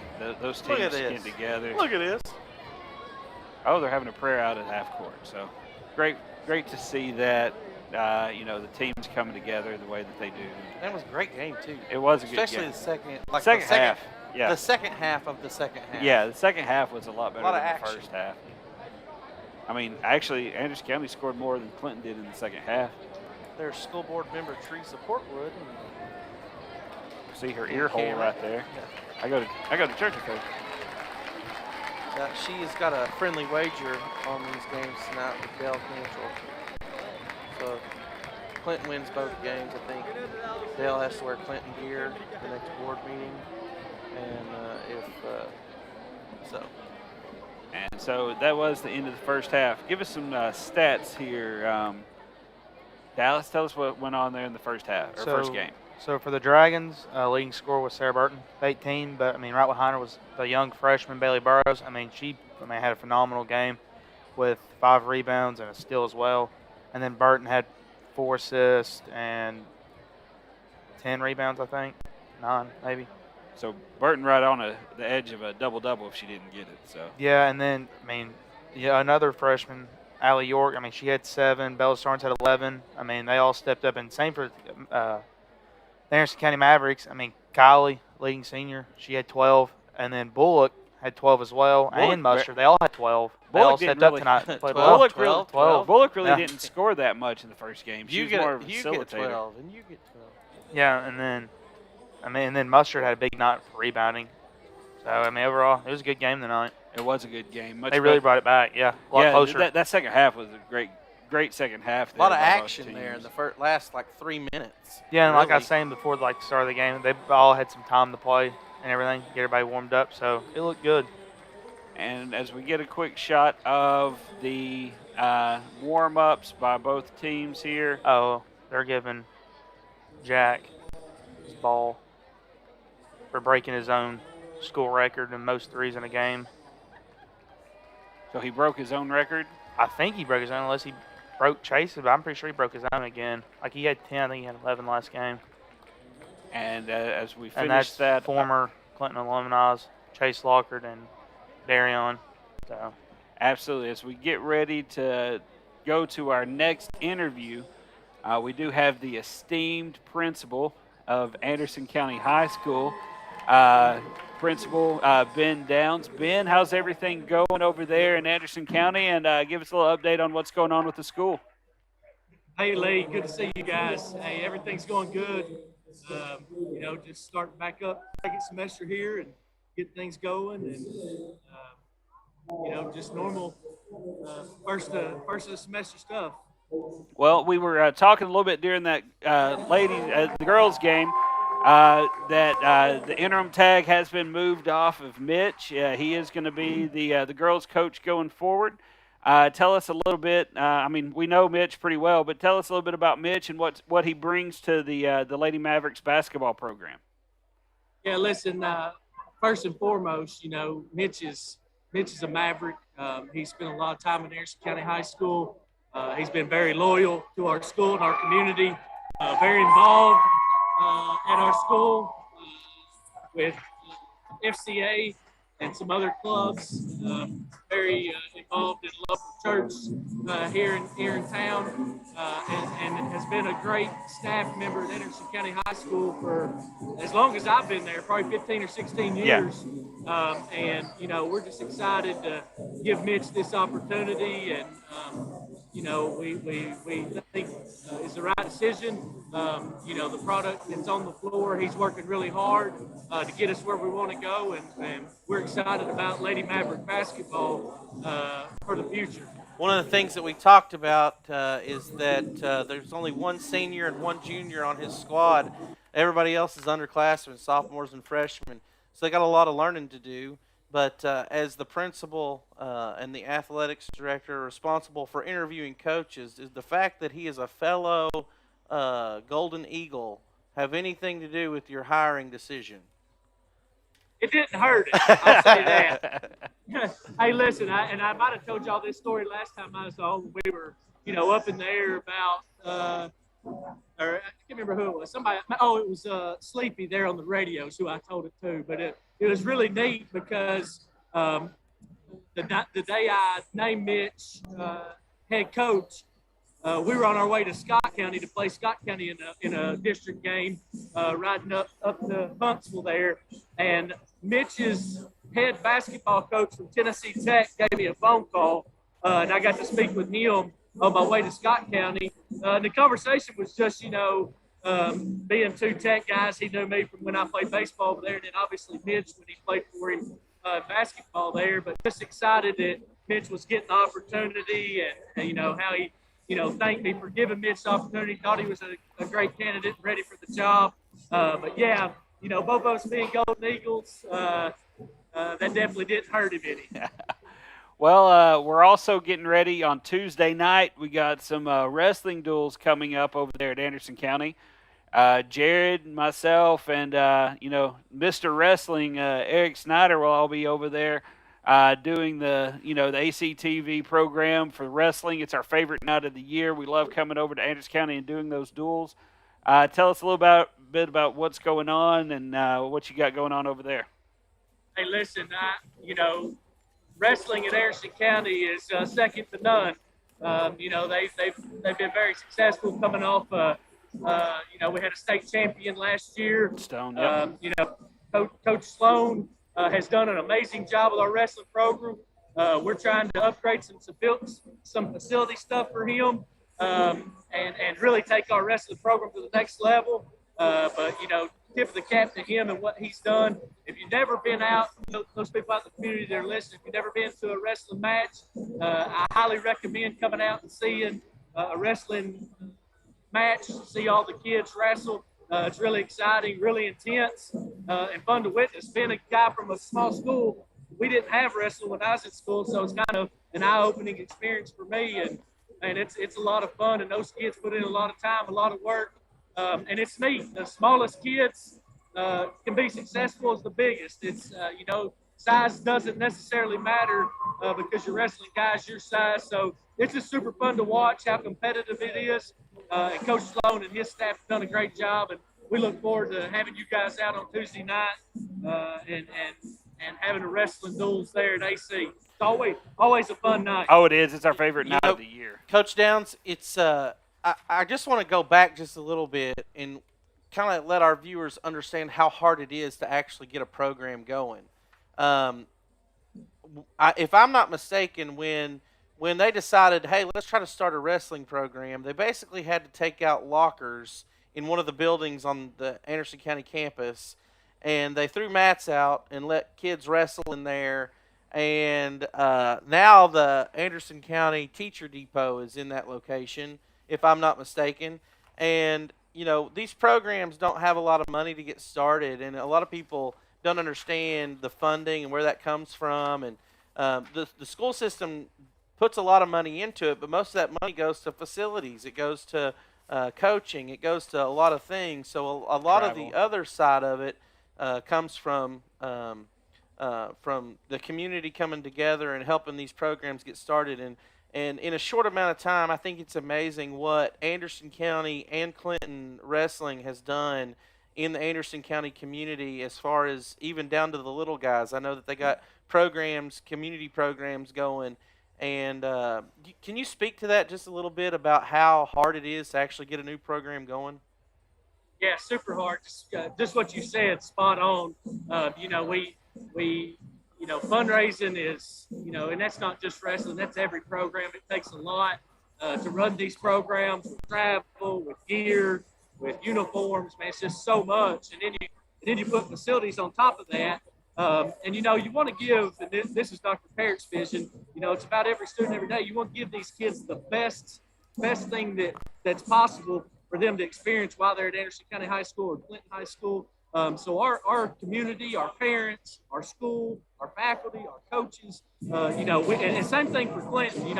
We work really hard to provide the best for our kids. And sometimes, just like wrestling did in Anderson County, it starts off in lockers or where lockers were. It moves to the gym up behind the bleachers. But then eventually, enough people and enough vision happens and enough funds are raised that we can create a place that these kids can go day in and day out to really excel at their craft and, have a facility that they're proud of and it's special for them. And, that's what we want, not just somewhere where, they got to roll up mats every day and put them out every day because that's a headache. Those things are heavy and it's time consuming. So, just create an environment, but a lot goes into it, money and time and resources. It's just, it's a lot. It's a big deal. And most of the time when you do a new sport, you always got to remember Title IX with females too. Right. So it's not as easy as saying, hey, we're going to start and not thinking about the full picture. So there's the man there. Hey, he told us he wasn't going to give us no interview. Hey, listen. He's too big, I guess. Yeah, no, I was down there whenever she came up and asked him. He's had a hard week, and she asked me if I would do one. I said, my week's been easy, so. Hey, listen, I texted him about 10 minutes ago. When you get off here, you go ask him to check his phone for me. Last question. I think we got Coach Phillips coming up here to do a little interview with us. Last question. You remember last time I asked a silly question? I like to do that every time we get these interviews on. Christmas just ended. What is your all-time favorite Christmas gift as a child? Ooh. child. I would have to say, and you guys know this because you're friends with me on social media and everything, I'm a huge Steelers fan. Right. I don't care if they go 0-16 or they win a Super Bowl. I'm diehard Pittsburgh Steelers. Probably my best gift that I can remember growing up. Obviously I played baseball in college, but my favorite sport growing up was football. I can remember as a kid getting my first Pittsburgh Steelers uniform, helmet, shoulder pads, jersey, pants, all Nice. that. Probably 6, 7 years old. By far my favorite gift as a kid growing up for Christmas. All right. Well, hey, thanks, Coach, for stopping by and giving us a few minutes. Go and enjoy the guys' game, and we just always look forward to being with you and supporting these programs. And see you on Tuesday. Hey, one last thing before I get off. I do want to, Coach Anasicki did resign this year. We hired Mitch. I do want to give a shout out to her and all that she accomplished and what she done for our girls program in her short time here. Updating the facilities and everything, absolutely. Updating facilities. What you all said about a young team. Last year in her first year and only year, she coached a very young team. Where we were at to where we're at now, a lot of credit goes to her, and I can't thank her enough. There was no hard feelings with what happened. She had 2 twin boys she wanted to spend time with, and that's the decision Absolutely. she made. We fully support that, and wish nothing but the best for her. But I do want to give a shout out and thank her for all she's done for Lady Maverick basketball program. Absolutely. Thank you so much, Ben. We'll talk to you later, Thanks, and if you're there Tuesday, we'll talk to you then. Okay. That's good. Go Mavs. I see you, bud. And that is Principal Ben Downs from Anderson County High School. Now sliding into the interview chair, it's going to be Coach Phillips sliding in. And, it looks like you've got somebody there with you tonight. Who you got with you tonight, Coach? I've got my oldest daughter, Harper. Hi, Harper. It's good to see you. Hey, Harper, can you give us a Go Dragons? Go Dragons. There you go. Well, Coach, great game tonight, especially in the first half. You all really extended your lead out. Talk to us a little bit about your team so far this year, what you've seen, and where you think that you all are really starting to improve as you get towards tournament time. Right now we're 12-5. We just now got Holly York back. I guess before Christmas. She's our little guard number 2. Yeah, she had a good game. She can shoot the lights out of it. There's been games she's made 5 or 6 threes. But we just got her back, and she's also she's really big in our defense. So she really helps us press out too. Our defensive game has gotten better in the full court. In the half court, we still struggle. Right. And so that's just something we've got to get better at as the rest of the season continues. But offensively, we didn't play well tonight. We didn't make a lot of outside shots, but more of our girls are getting involved and helping Sarah out, which is what we need. Yeah, Sarah and Bailey Burrows both had outstanding games, 16 and 18 points respectively. And then Bella Starnes had 11. York, which you talked about just coming back, had 7. What other players, what do you see in them trying to get some of those other players involved as far as scoring goes? Because, sometimes you're going to have games where somebody may get in foul trouble, somebody may, with all the sickness and all that stuff going on, what do you need to do in order to get more players involved in the scoring aspect? Besides the ones that you just mentioned, Sydney Harrell with us this year, she's hit multiple threes in multiple different games. Didn't really get a look tonight. And then Ashanti Davis is a little left-handed guard. She's phenomenal. She didn't have a lot of looks tonight. She had a couple great drops to the basket. She didn't finish on any. But those girls have been big for us in other games. So we have 5, 6, 7, 4 kids that can score. Sarah can fill it up. Right. Allie can fill it up. Bailey can fill it up. Sandy can fill it up. When we get it all working on the same night, it's a beautiful thing to watch. I tell you what, especially with as young as Bailey is, I think, especially 2 years from now, 3 years from now, she's going to be. You have a very young team outside of, Sarah. What do you see from this team? Now, is Bailey stepping up in a leadership role, or is she just kind of leading by example right now? How is she doing right there? Well, right now, we play 7 girls, possibly 8, and 5 of them are freshmen. So, they really had to grow up this year. And like you said, you're talking about a leadership role.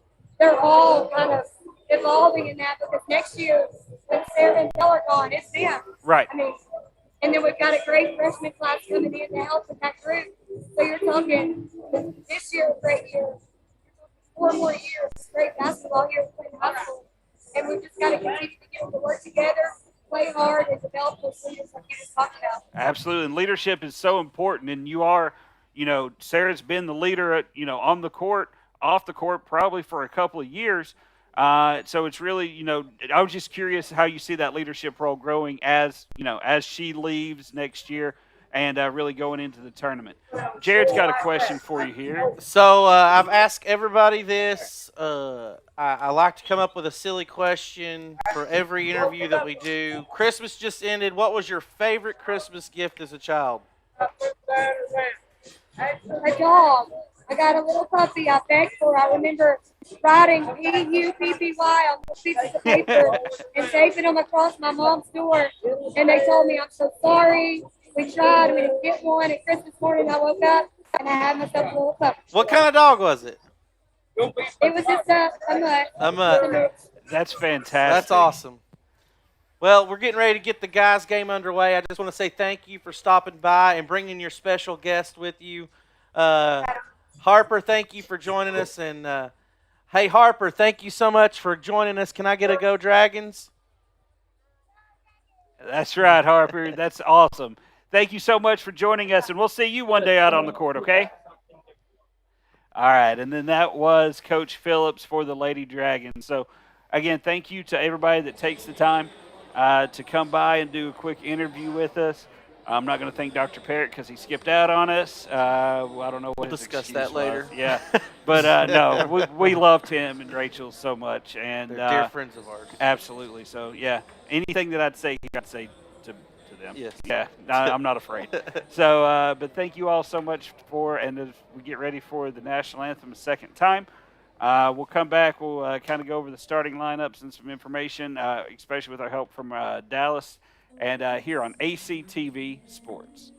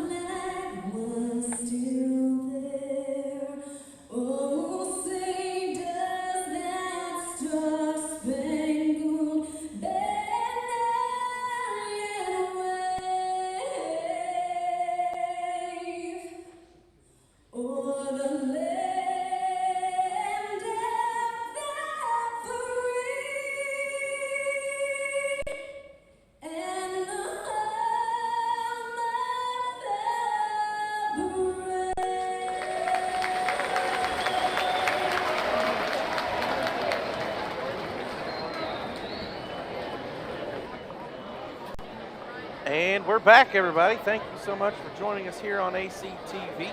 If you're just joining us, we're getting ready to get the guys' game underway. We had a great first game.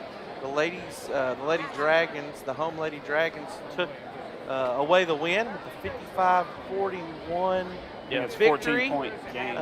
So we're excited to bring you second half of our night as the guys will get underway here momentarily. I think they're getting ready. Coach Couples just walked right across midcourt. Yep. They're getting ready to do the starting lineup for the Anderson County Mavericks. And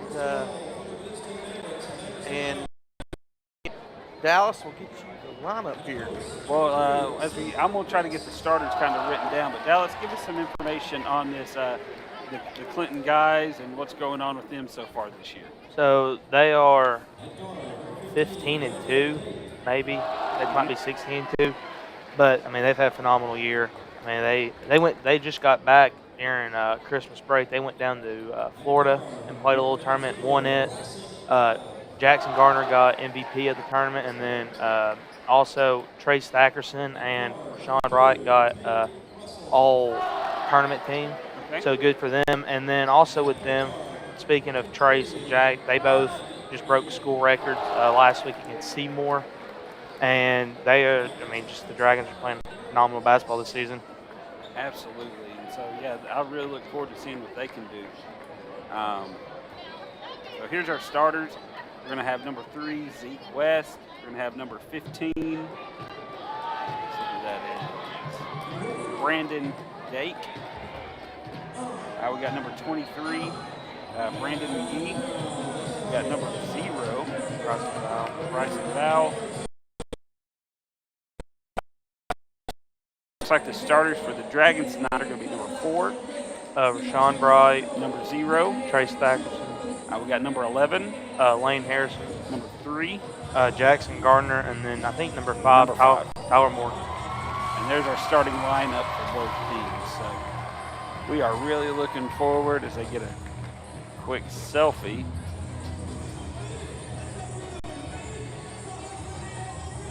And I hope nobody has epilepsy over it. Yeah, they just added that this year, the little camera and lights like they do with the games. So pretty cool. So tell us a little bit more about, and Clinton's had an excellent season so far. They're definitely looking for a deep run in tournaments this year, both, district and, state, everything. So tell us a little bit about what they've accomplished so far and, some of the leading scorers and, leading guys coming into tonight's game. So the leading scorer is probably Jackson Gardner. Yeah. I mean, he was number 7 in the state for threes a game. The nation a few weeks ago. I don't know if he still is or not. But, I mean, him and then Lane Harrison's playing a phenomenal year. And then Rashawn Bright's stepped up a lot this year as well. He was actually the leading scorer the last time Anderson County and Clinton played. So, I mean, just overall, I don't know how to put it. They just phenomenal basketball team this year. They just got everything's hurting them a little bit. It's their free throws. They got to start hitting those. But besides that, they're about ready to go. And honestly, the free throws are what cost you the tournament. You have to hit the free throws. You get up against another one of those really athletic teams that can shoot. Free throws are going to be big coming down the stretch. So that could be big if you're wanting to actually, take a shot at a title coming down the stretch. So as we get ready for jump. We have a contender. We got a contender. Title shot. It looks like jumping is going to be Vowell and Harrison. And Clinton controls it. 3-point shot. Off early. Rebound pulled down by number 23 for the Mavericks. Brandon McGee. McGee running the point.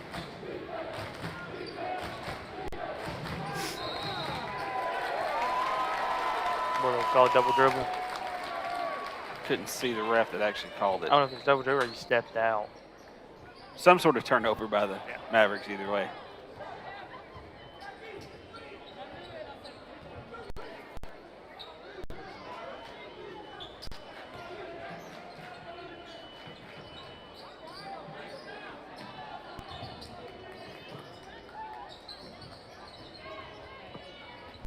Nice ball movement there by the Dragons. Wide open for 3. Bottom. Is that Garner? Yeah. Assist by Harrison. Can't let him get hot from outside. If you let him, have wide open shots like that, it's going to be a long night for the Mavericks. Nice ball movement inside. Bryson Vowell finishing it up around the rim. Fantastic pass. Who was that? Number 2. I think it was number 2, Tate Russell. His mom is the former principal. of Turnover. Anderson County High School. Fun fact. Thanks, Jared. She's also my 9th grade math teacher. Yeah, she was a track coach when I was there.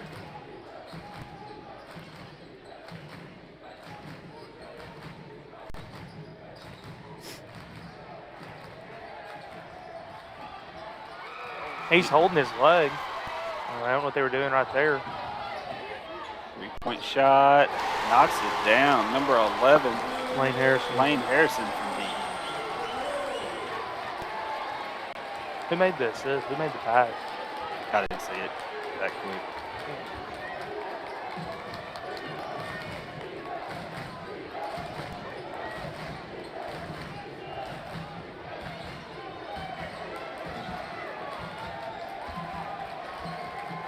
Nice ball movement by the Mavericks. Turnover. Quick hands. Pulls up for 3. Top of the key, no good. Rashawn with the rebound. Wide open for Harrison again. No good. Tipped around. Comes up. I believe that's Zeke West with the rebound. Right. Is that Bryson? Bryson Bell. Bring the ball up.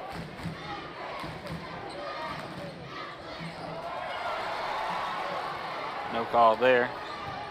Sean bringing it up. Nice step. No good. Gets the rebound. Defense. That's going to be a body on number 2, I believe. Did he Zeke call it West. on the floor? Oh, no, he said count it. Yeah. No, he said number 2. But it's and 1.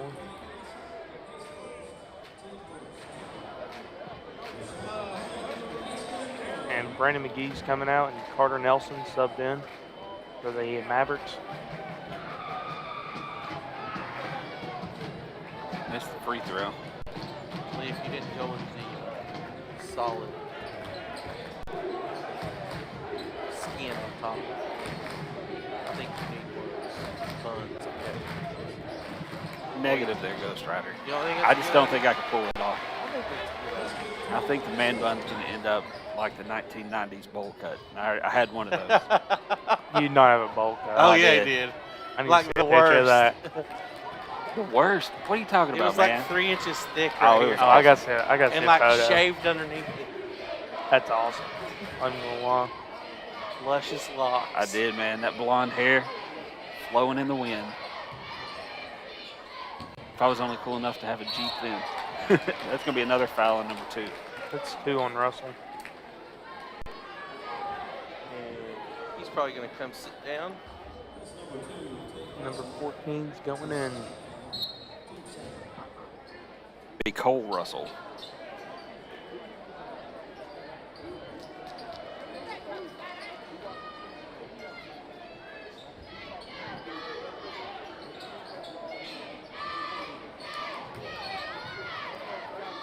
Good put. Nice bucket right there. By Tyler Deloitte. Morgan. Yep.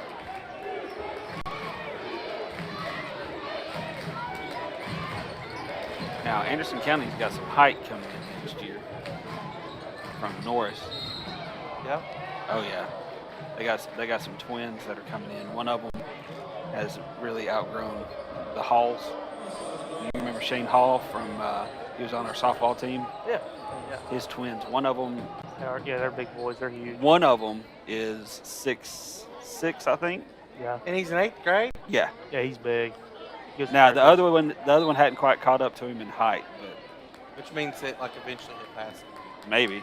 Let me see if I can find that. And their sister plays for the girls, and she's a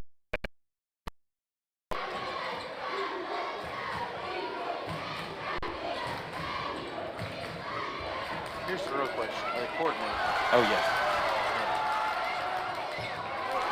Nice steal by O'Davian Truss. And throws it down. Big Mr. dunk there. Lane Harrison. Nice play there by Harrison. Anderson County's going to stop the momentum. Take a time out here as the home Dragons lead 10-4. in the first period.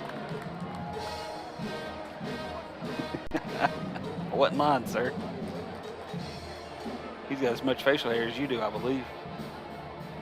It's not quite as gray. He's got more than Dallas does. They're twins? Yeah. His brother's like in his shoulder. Yep. And if you remember Shane was pretty tall too. Oh, yeah. Yeah, he's 6'3", 6'4". 8-point lead right now for the Dragons.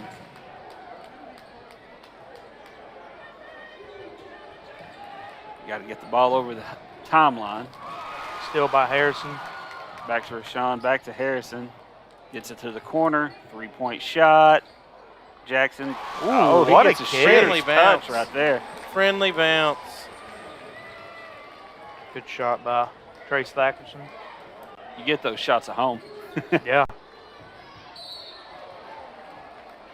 That's going to be a foul underneath. You know the rim at home. Yeah. If I hit it just 17 bounces on the rim, Yeah. in the hole.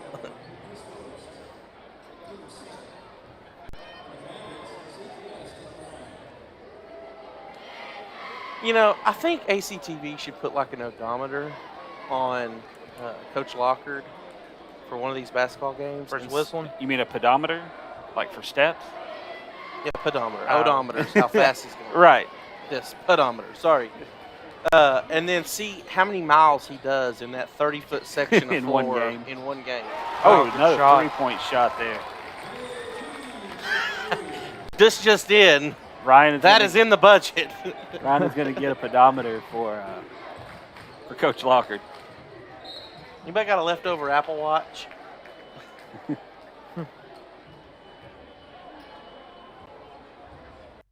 Just put it in his pocket.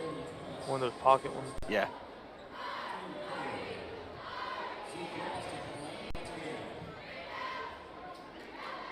West goes to the line to shoot 2. Knocks down the first one.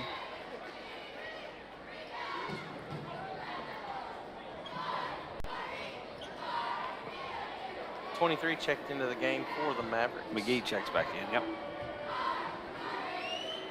West second shot, knocks it down. 10-point lead for the Dragon. 2.5 or 2:50 left to go. 2:51 in the first quarter.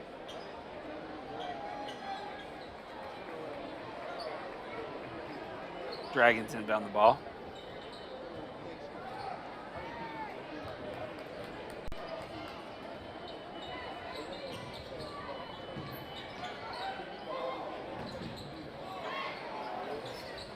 Oh, nice Three-point shot. right there.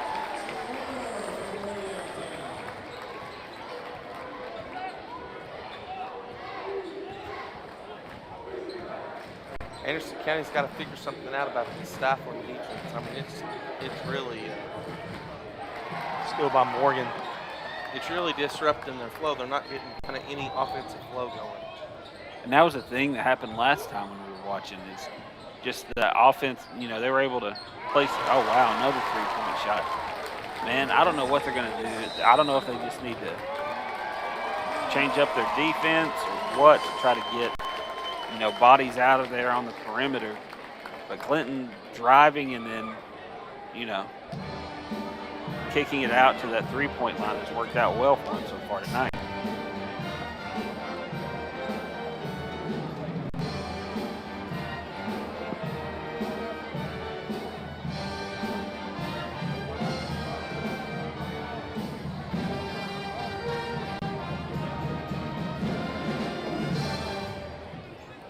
Right at 2 minutes left to go. Coach Wallace takes a timeout. He's got to be talking to the guys about closing out on offense. And also something on offense. So it looks like it's couples playing double duty and helping the guys' team as well.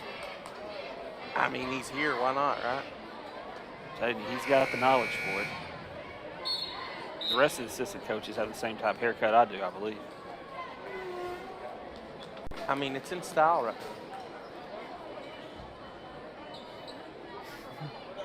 Sometimes God doesn't give you the choice. He admitted it for the first time here on live television. You know, I'm lucky enough to still, I have a little bit of a receding hairline here a little bit, but, you know, when I get thin enough, I'll probably have the same hairdo you do. So. Nice floater there in the lane. Carter Nelson. Nelson with the floater. That's a positive coming right out of the timeout.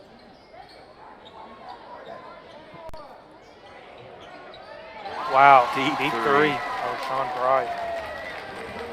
Good ball movement by the Dragons. Looks like here early the Dragons have saved all those three-pointers for the guys game. Yeah.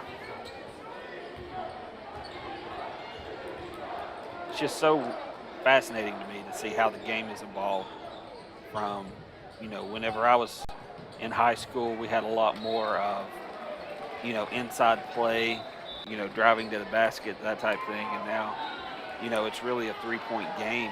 You didn't have a three-point line, did you? Yes, we had the three-point line. They didn't when he was born. I'm not that old. Did they not in 82? I think it came in 84. I have to double check. Sorry.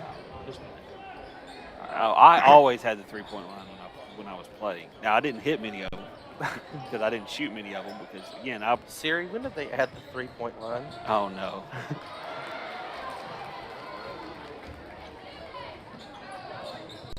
Oh, the NBA added it in 79 and 80. Oh, Okay. close. Close. 79-80 season.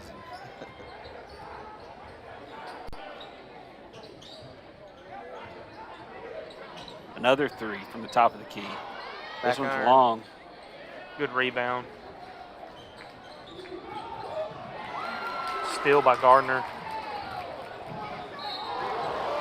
Got fouled on the drive by, I think, number 1, Carter Nelson.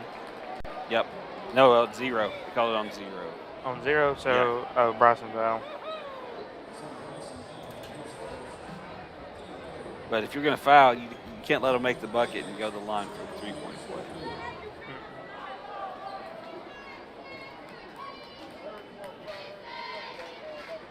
First free throw is good.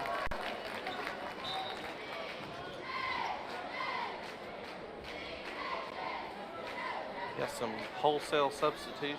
It looks like Russell's made his way back into the lineup. One with number 21, Hayden Craig.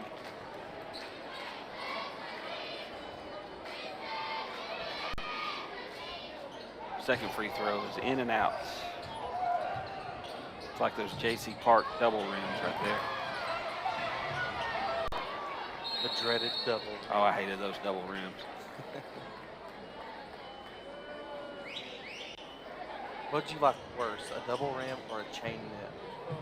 Double rim was worse. I didn't have to worry about getting my hand caught in the chain net too much.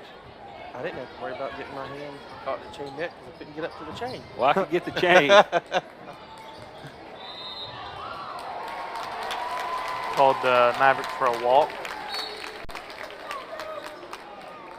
Got 2 or 3 guys checking in. Don't want to get any cheap fouls here at the end of the first quarter.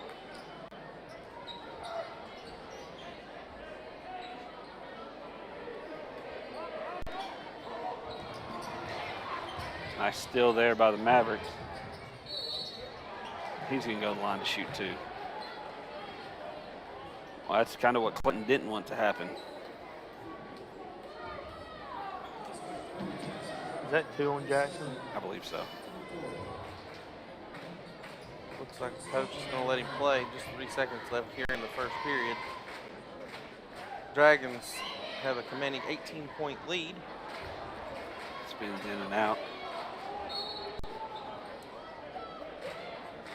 And Rodavian Truss comes in for Jackson Gardner. I was wrong. Yeah. Second free throw, knocks that one down. He had a little bit of time to get a little bit closer, but that was a close shot. You know, I thought the Anderson County player was going to foul him. And I'm like, don't foul him. Please don't foul him. 17 Not point 70 lead. feet from the, not 70 feet from the. Exactly. from the goal. 17-point lead for the Dragons, 28-11 here at the end of the first quarter. And who we got scoring wise? Jackson, I mean, they're all about around each other. Jackson's got 9, I mean, but Trace's right behind him at 6, Lane's at 5, and then Rashawn's right there with him at 6 as well. They hit 5 threes. I can't tell off the top of my head, but Yeah, it's either 4 or 5 threes. I think it's 6. Should 5, I think it's 6. There's 3, 3, 3, and then, yeah. And what about for the Mavericks? Scoring wise. And then leading for the Mavericks is Zeke West. And then right behind him is Carter Nelson and Bryson Brown. Russell looked good early. Yeah, he's got a to couple. sit. Got a couple assists, couple rebounds. So as we see Lockett drawing some stuff up on the board, really, Clinton just needs to continue with that defense. As long as they continue with that defensive pressure that they've got going right now, they should be able to, keep Anderson County in check and, really probably try to extend this lead even further here in the second quarter. Mm-hmm.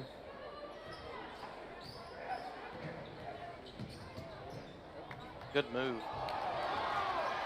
Nice block there, avoiding the body contact. I could have seen it both ways. Yeah, I've heard it both ways.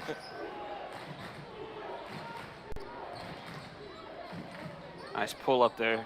No good. A little short. Rebound pulled down by the Dragons, pushing it up the court. Pulls up from the free throw line and knocks down the floater. Nice shot there. Good By ball. Lane Harrison.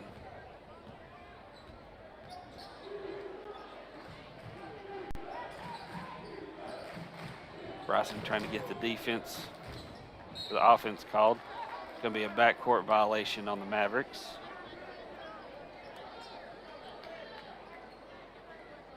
That is a high school coach probably drives him nuts. A backcourt violation. Yeah. Well, it was good defense on Clinton's part in order to force it. There is the Andy Garrett walking across the bottom of the screen. That looked like Teresa Portwood. No, walking across, not just Oh, standing up. I didn't see Andy. Good hustle back by Rashawn. It was good defense, but Rashawn had a good second chance there. Yeah. He recovered nicely. Rashawn's had a breakthrough year. I mean, honestly, he stepped up last year, but he's really stepped up this year.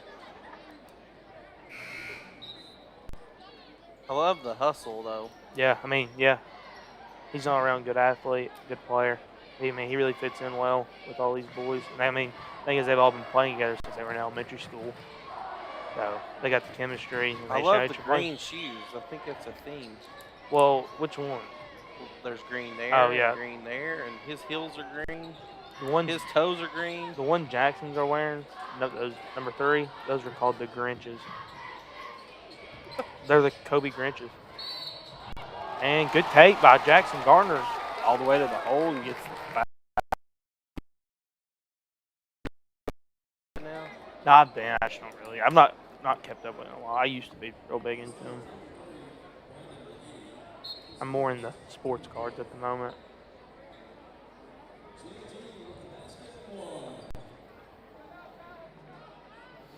You got quite the collection of cards. We got some good ones. Working on it. Magic. Yu-Gi-Oh. No, I don't do that. I couldn't tell you anything about them. Couldn't tell you a thing about them.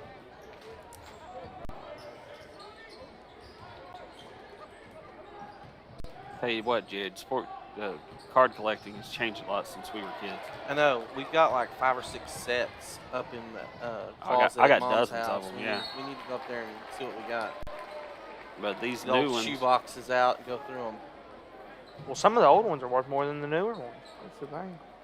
well, you can't go through the line at the checkout and get a pack for $2.99 anymore. No, you cannot. You have to. When you were a kid, Pitch a they were tent. what, 50 cents, and you got a pack, you got a stick of gum. The gum was 25 cents, and you got You some had cards the, to go you with had it. the Mickey Mantle. Is that your like your Taco. No, I never had the Mickey Mantle. He'd be retired. Mine was more Ken Yeah. Griffey Jr. I do have that junior upper deck rookie card. That 3-point shot again. About Harrison. I mean, how are you supposed to guard them whenever they're shooting it from 3 or 4 feet behind the line? They've Good got to figure pass. something out to disrupt that That was a good that pass. offense by the Dragons. They've come to play. They're shooting really well. Another pull up from deep. Rebound by Harrison, and he pulls up again. Harrison's a tough guard. I mean, he can shoot it, but he's also, what, 6'2", 6'3"? No, he's taller than that. Yeah, he's about 6'6". And Garner pull up for three. Drops it. My goodness. That was from 10 feet behind him. That was NBA length That was 3-point. farther than that.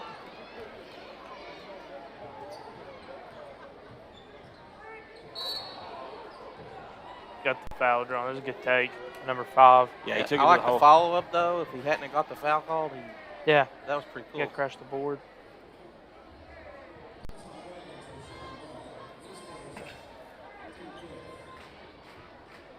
.446 left to go here in the second quarter. Dragons lead by 27.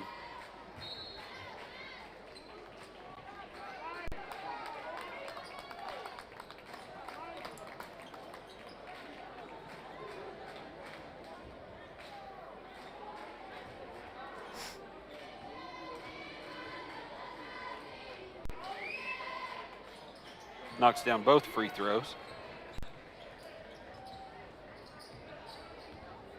Dragons bringing the ball up.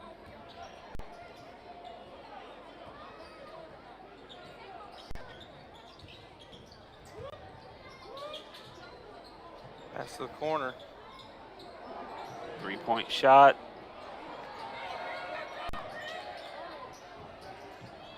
No reset of the shot clock. Oh, wow. Banks it in. High off the Davian glass. Truss. I thought for sure.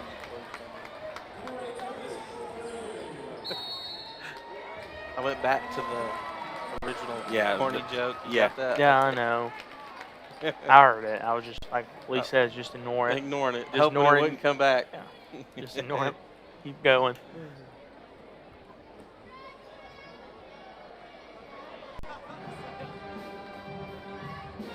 Well, Lee, got any ideas of what Anderson County can do to slow this offense down for the Dragons? I mean, it's hard to guard them when they're shooting from, Yeah, I mean, literally Five- almost half court. Yeah. you know, you got 5 to 7 feet behind 3-point line. You know, they're crashing defensively whenever the Dragons are driving the ball. They're, you know, defense is crashing in like they're supposed to get ready for the rebound and, you know, play defense inside, and the Dragons are kicking it out, and they just haven't missed very many from 3-point line so far, especially here in the second quarter. Yeah, one thing that you have to tip your hat to Coach Lockard for is those guys feel the freedom to shoot the ball from out there, you know? Yeah, they definitely have the green light.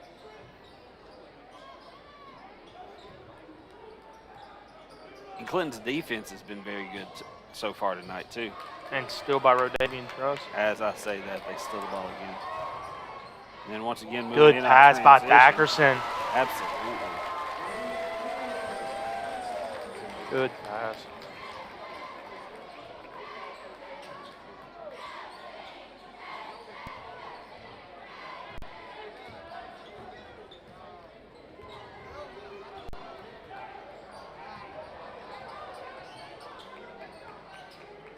Another good pass right there. And foul. He'll go And to the foul line. and one. Yeah, good take by the Mavericks.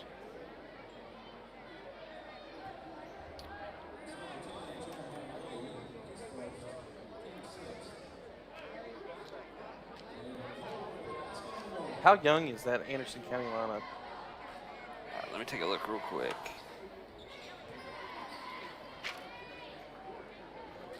Bryson Vowell's a junior.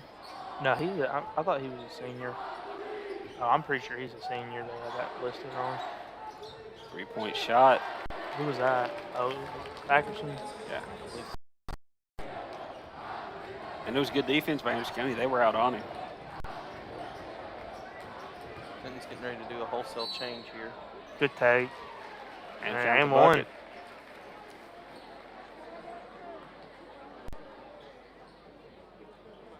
Lots of freshmen and sophomores. You know, I don't know what the percentage is from behind the arc for Clinton so far It's a tonight, lot. but I know that it's a lot.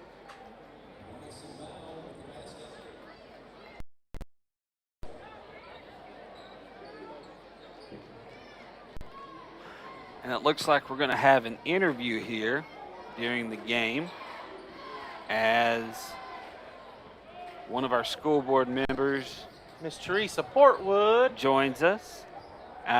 Miss Teresa, how are you doing tonight?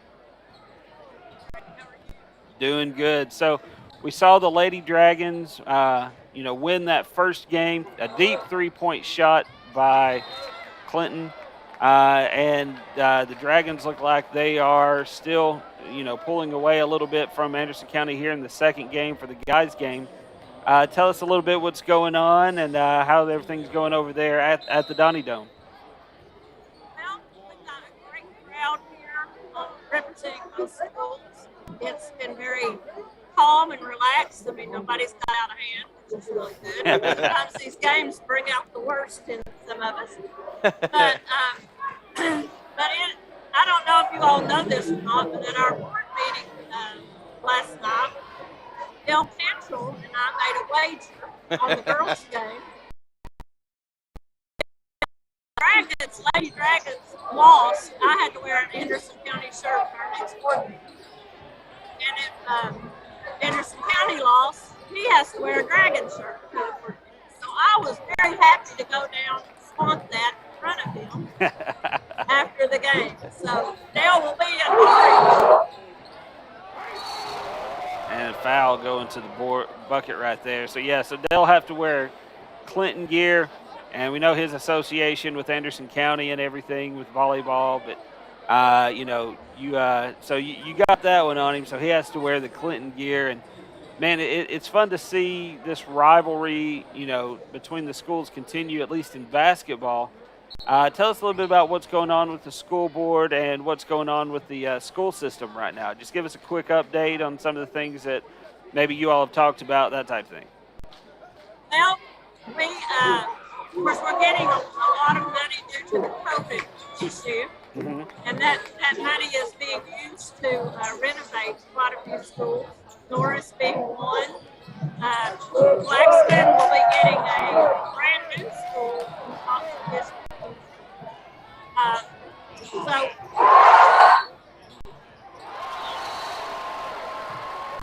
there are a lot of positives coming out. I'm trying to think of the other schools that are getting renovated. I know Glassville has it, maybe Dutch Valley. We're getting some good renovation projects going with these schools.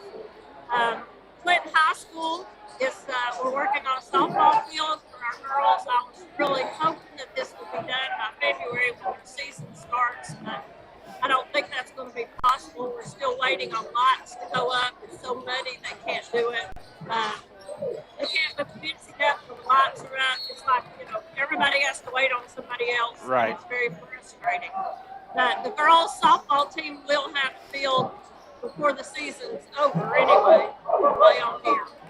Absolutely, and that's one thing that Jared and I were talking about.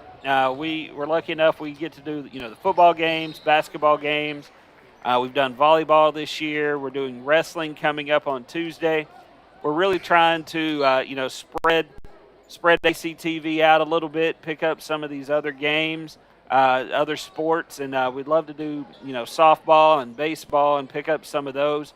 But it's so good to see the school board and the all the parents and private businesses, that type of thing, that support these high school programs and really help grow these and make every student feel a part of the school and try to give them all the fields and the facilities and everything that they need. But I tell you, I'm partial to Clinton High School, Clinton Middle School, and whenever there's a need, I go back for them. I want them to have whatever they need within reason. Oh, absolutely. They've not asked for anything that's not reasonable. So I really need to keep that fight up as long as I'm on school board. Teresa, I ask every interview that we do, I ask them a silly question. Okay. And so it's not terribly silly this time, but we just got out of the Christmas season, and I've asked every interview. I've asked the principals and the coaches and that have come up and interviewed tonight. But what was your favorite Christmas gift as a child? As a child. Oh my goodness. You know, when I was a child, I'm not going to say we were poorhouse, but we didn't have gifts like kids get now. You know, you name it, you get it. I guess my big banana seat bicycle with big high handlebars. Absolutely. And I had a basket on the front of it. And we had a Pekingese dog, and I'd throw that Pekingese in that basket and drive all over. We were like E.T. before E.T. was even thought about. Well, that's fantastic. Well, Teresa, thank you so much for your time. I'll see you on Sunday. But we're going to go ahead and get back to the live basketball action. I know you're interested in what's going on the floor as well. But thank you so much for your time, and we look forward to talking to you again soon, okay? Thank you, guys. Thank you. Have a good one. Bye-bye. And that was school board member Teresa Portwood. So it was great to talk to her. Any of the school board people and stuff that we can get, administration, that type of thing is fantastic to have on here. So thank you to her for taking a few minutes of her time and speaking with us. We have about 33 seconds left to go here in the second quarter. Dragons have extended that lead out to 32 right now. And as they're at the free throw line shooting a couple baskets here. Good rebound by Rashawn.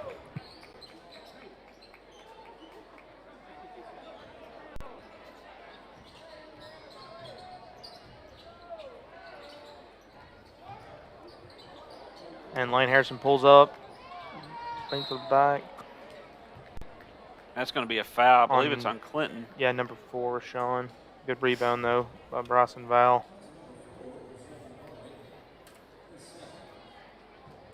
As Anderson County will go to the line to shoot free throws, as they are in the double bonus now, I believe. I believe both teams are.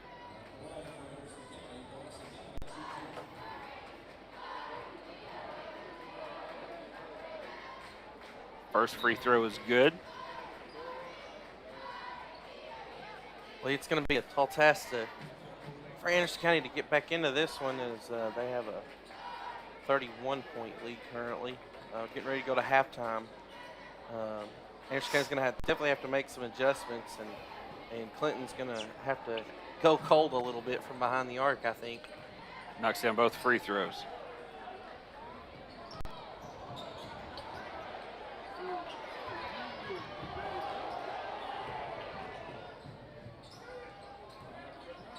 Pulls up for 3, no good. Rebound, puts it back up, and he'll be fouled, and he'll go to the line to shoot 2.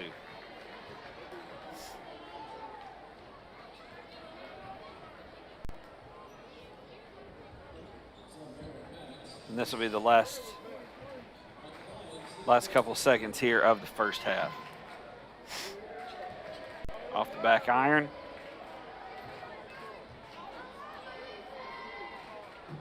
Second free throw falls. Your halftime score, Clinton 53, Anderson County 24, 29 point, or 19, is it 19? I can't do math right now. It is 29. 29. Yeah, 29. Yeah, I was there. right the first time. 29-point lead for the Dragons as we hit halftime. So, guys, again, dominant first half by the Dragons. What we got as far as points and everything go? For the Dragons, leading scorer is number 3, Jackson Gardner. He has 17. And right behind him is Lane Harrison with 10, and then Trey Sackerson follows at 9. And then for rebounding, Rashawn, number 4, leading it. He's got 6. And then leading assist is Lane Harrison. He's got 5, so all around good basketball for the Dragons. And leading for the Mavericks in points is Bryson Val with 8. And then right behind him is Zeke West with 7. And then rebounding would be Bryson Val and Zeke West. They both have 3 each. So pretty much all Dragons here in the first half, and I don't see any more interviews coming up, so we're going to take a quick break, and we will be back with more live basketball action here on ACTV Sports.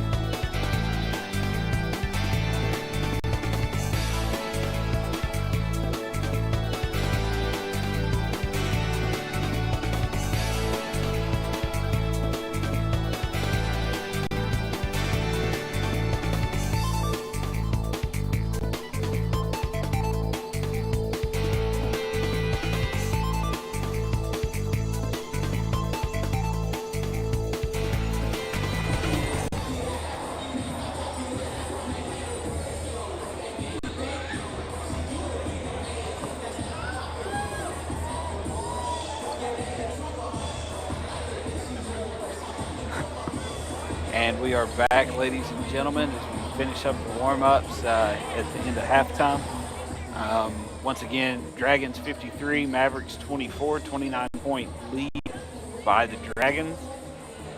And see what the Mavericks draw up here in the second half to try to get back in this game and see what the Dragons do to try to extend that lead out even further. Yeah, Lee, I think Anderson County is definitely going to have to find a source of offense here in the second half to get back in it. And, you know, it's been proven early that Clinton has a green light to fire away, and that's what they've done so far this evening. And Clinton's defense, though, has been outstanding.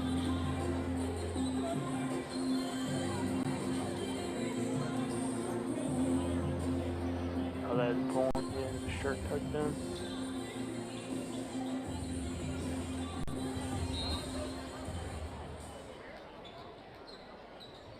So here comes the Mavericks. They get the ball first at halftime.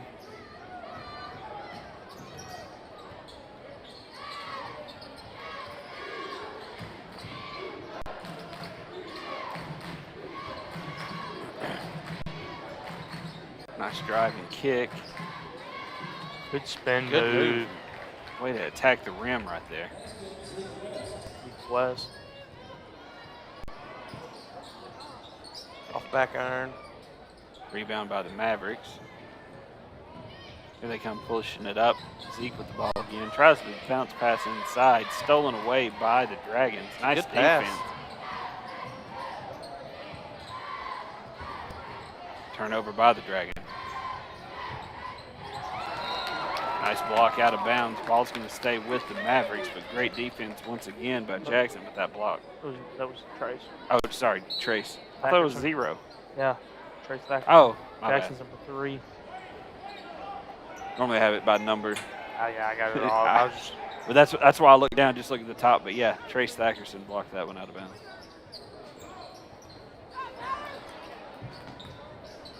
well, good putback. 0 for the Mavericks. Drop that in. Wow.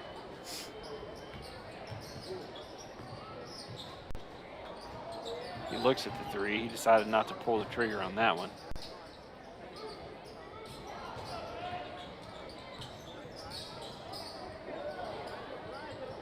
Good take by Sean Bright. Nice drive right there.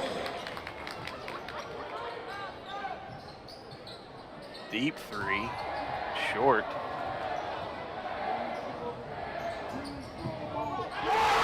Leaves it up there for Harrison. Deep rope. That's Harrison's second dunk of the night.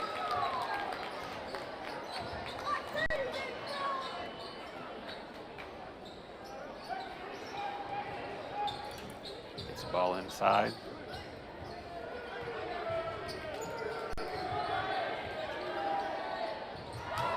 Blocked by. Couldn't tell if that was a pass or a shot. I think it was a pass. It was awful low trajectory to be a shot. Out of bounds. Harrison grabbed that ball while he was standing out of bounds, tried to throw it off an Anderson County player, but doesn't really help too much if your feet are already on the floor. Yeah.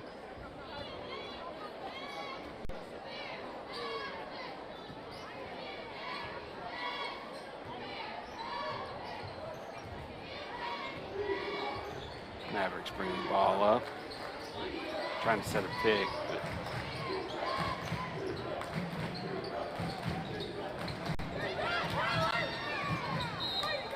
ball should be going to the drag. Oh, looked like Zeke poked it out trying to get it back, but the ball stays on the Mavericks side.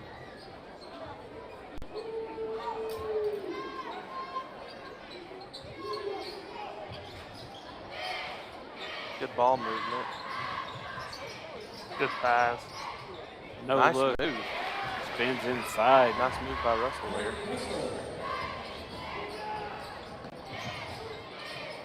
Three-point shot. Jump ball. Jump ball call. And I think the possession there was going to be with the Dragons. Anderson County got the ball at half.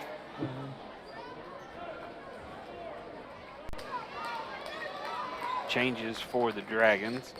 Looks like number 10, Jermaine Allen, checks in, along with number 24, He's 24. All right. Oh, Rodavian Truss. Trust. Okay.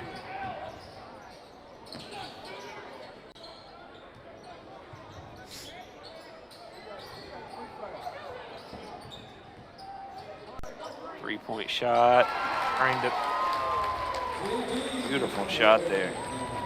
By Jackson. He's got unbelievable range.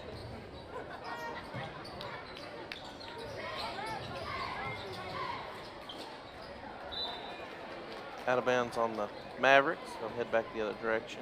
Anderson County is trying to use a lot of these cutting motions on the, off-ball screens and that type of thing. It's just not able to connect right now with Clinton's defense. 30-point lead by the Dragon. Zeke West with the rebound. He touched it. It'll be Dragon's basket. He tried to sell it, but he didn't touch He it. did. Thackerson to inbound.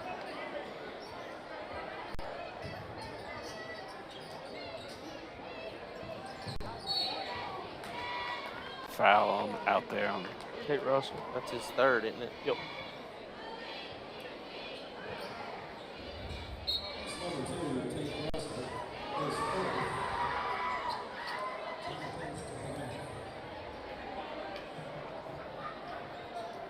Got some players checking in for the Mavericks.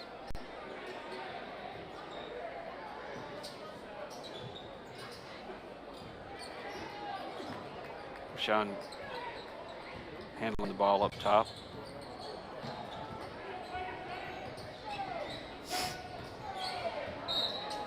Nice drive there. He's going to be fouled. He's going to go to the line to shoot two.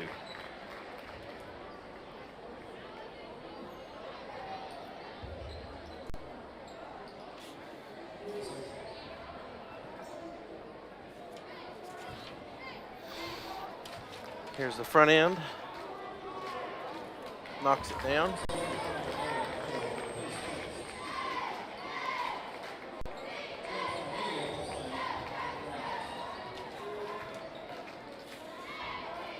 Trying to see if we can find a name for number 10. I haven't And been able to knocks find the one second yet. one down.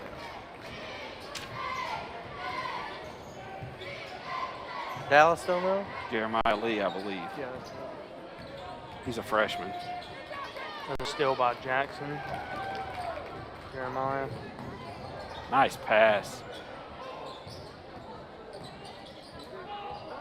Three-point shot off the rim. Good rebound. Oh, Jeremiah Lee crashes the board. He's not able to finish, but that was an outstanding putback. Pulls up from free throw, no good. Thackerson with the rebound.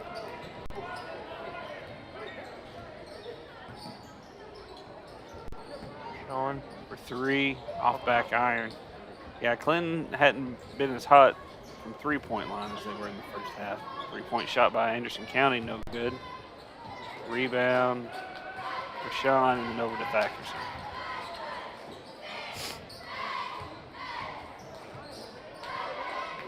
Good take by Gardner. 34-point lead for the Dragon. For the Dragon. Dragon. 3 minutes left to go here in the third quarter.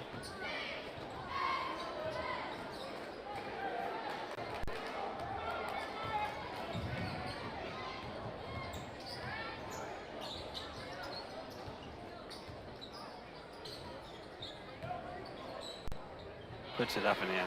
Zeke West with a nice move inside.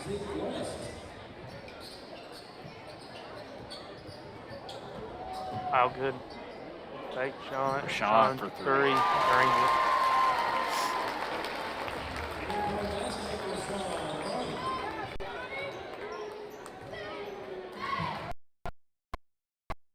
You know, the first Dragon football team, if I'm not mistaken, they were actually the Tornadoes. Fun fact. Is that back in your day too? Easy. We've been nice to this. Well, Colin Lee playing, accused him of playing baseball with Ty Cobb, and now I'm the. Yeah, it's funny. just think that means I'm older than the Clinton Tornadoes. Yeah, right. Yeah, it's true. I think that's right. Joey Smith, if you're watching, you correct me, but I think it's the Tornadoes. Nice pull up. A little long. Rebound though, Brandon McGee. Puts it up. He's going to go to the line to shoot too. He's fouled. Putting it back up. Looks like it's going to be a foul on number 1 for the Dragons. Hunter Rupert.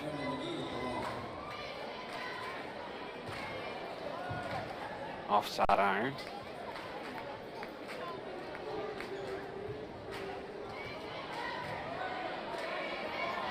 Second free throw, in and out.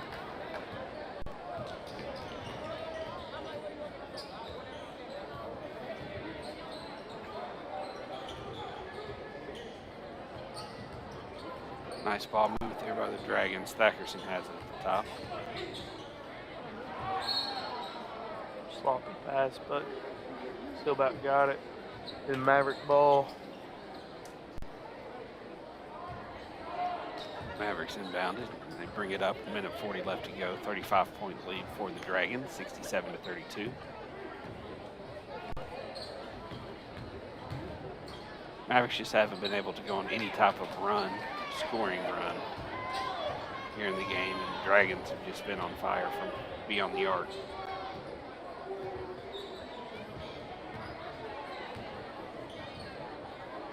Goes up again. No good. Rebounded by the Dragons. Turned over. Cross court pass. He's holding away.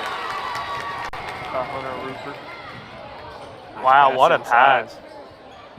Nice ball movement, 3. Good sink. Dragons.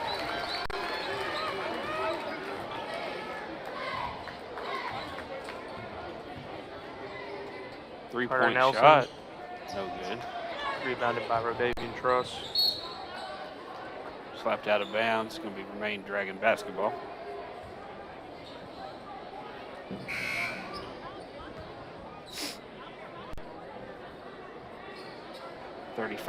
.2 seconds left to go here in the third quarter.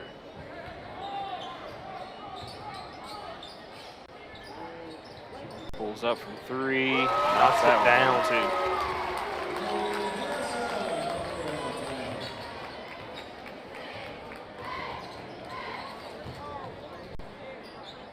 Nice move inside. Couldn't finish.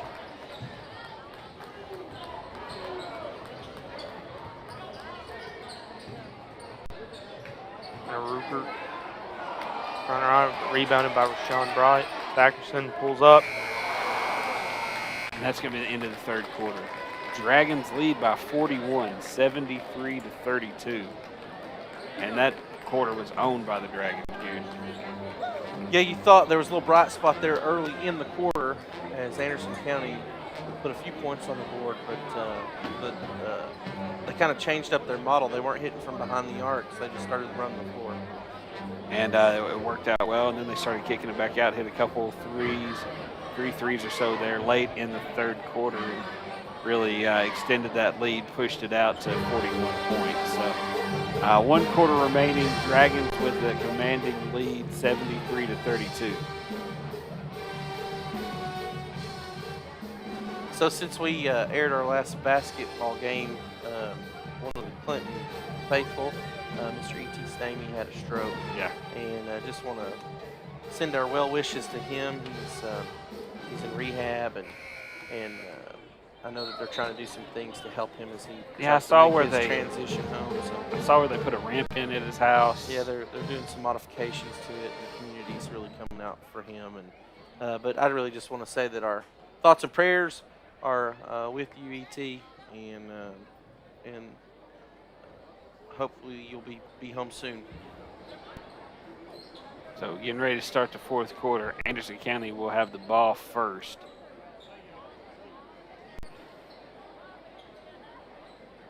And just a reminder, we will be back live at ACTV Sports. This time we will be at Anderson County High School for the wrestling duels. Jared and I will be bringing you the commentary as usual, joined by Eric Snyder, wrestling extraordinaire, and we really look forward to bringing that to you on Tuesday night. We'll go live, and we'll bring all the action there for the duels. Normally during those duels, we have lots of interviews. We interview coaches, I believe last time from all 4 schools that were involved. We had lots of administrators and wrestlers and everybody just to, try to, get the word out and spread wrestling out so maybe more people in the community could be involved. Hopefully we'll have some information on the clubs around here. That way if you are interested in joining any of those wrestling clubs, we'll be able to give you that information. Deep 3, no good. Good rebound. If you follow some of the programs on Facebook and stuff, you get to see some really cool pictures of the little guys out there wrestling and stuff. Guys and girls. Yeah, guys and girls. And it's pretty cool to see that and how these programs continue to grow, and wrestling in Tennessee continues to grow. There are other parts of the country. The wrestling's huge. Midwest is absolutely huge. And so it's good to see that those programs are continuing to grow here in Tennessee. Knocks the first one down.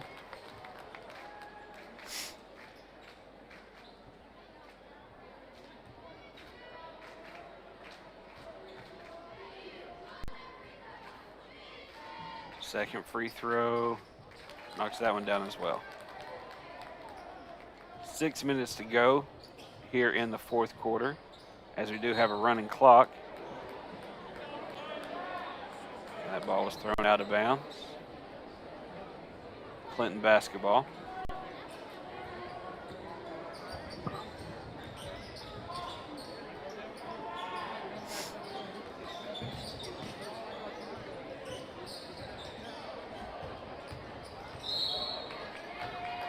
It's going to be a foul on 21 for Anderson County.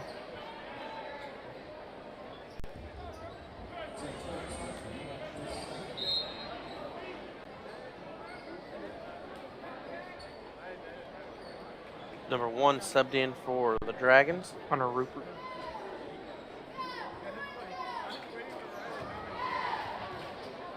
Stolen by the Mavericks. And Tries draws to a foul. reverse it in. He'll go to the line to shoot 2. Thackerson with the foul.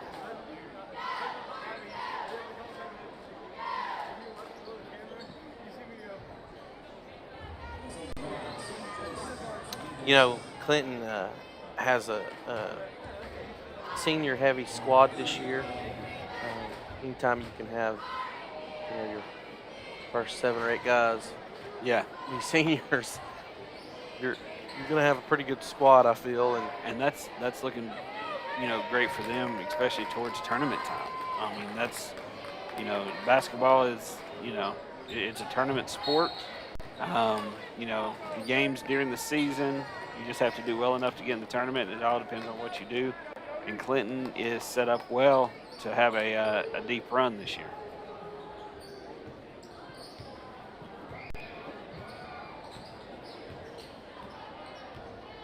Four minutes left to go here in the 4th quarter. 42-point lead for the Dragons. Nice drive there. He's fouled, and he'll go to the line to shoot 2.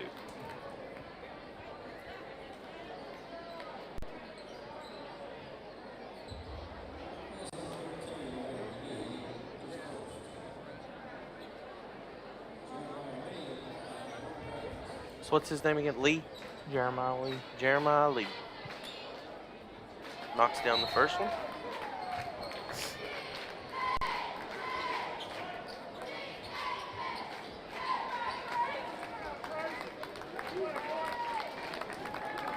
Thackerson checks out as well.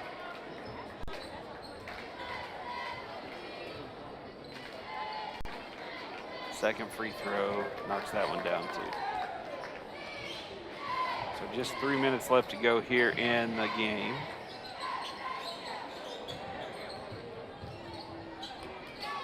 Nice spin inside, knocks down the 2-foot jumper. He was able to control of that basketball. I didn't know if he was going to be able to get control of it.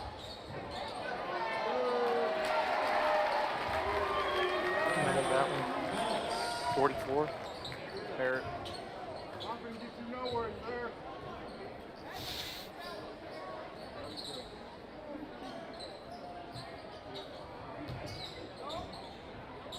Nice ball movement. Oh, I thought Clinton was going to come away with it right there. Tough pass when they're that close to you. Time continues to tick down, about 2 minutes or so once this ball is inbounded, left to go here in the fourth quarter.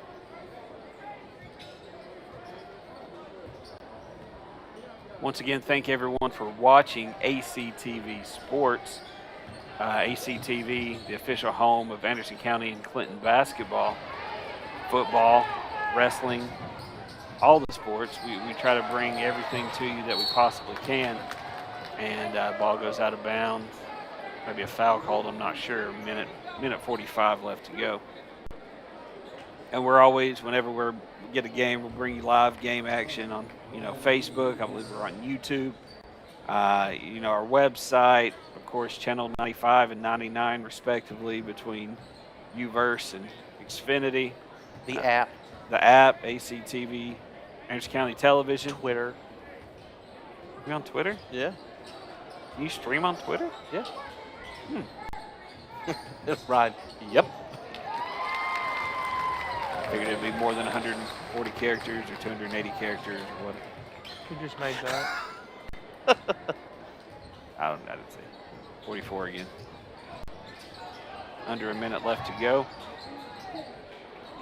And Jared, I think our player of the game is going to have to be.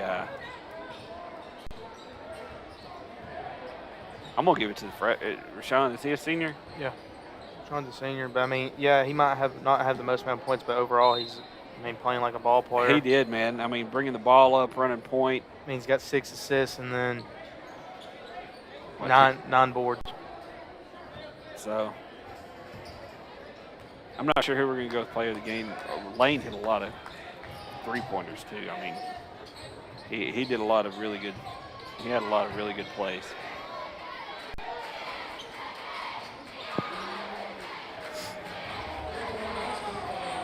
10 seconds. I know who we're giving the player of the game to. Who's that? Dallas Clark. And that's going to be the end of the game. Kept all those stats tonight. Absolutely. 43-point win for the Dragons. Final score 83-40 over the rival Anderson County Mavericks as we wrap this game up. Jared, well, first off, Dallas, give us some final totals on some of the stats, and then we'll do a player game and get out of here today. So leading the score for the Dragons tonight is Jackson Garner with 22, and then right behind him was Lane with 15, and then Rashawn with 13.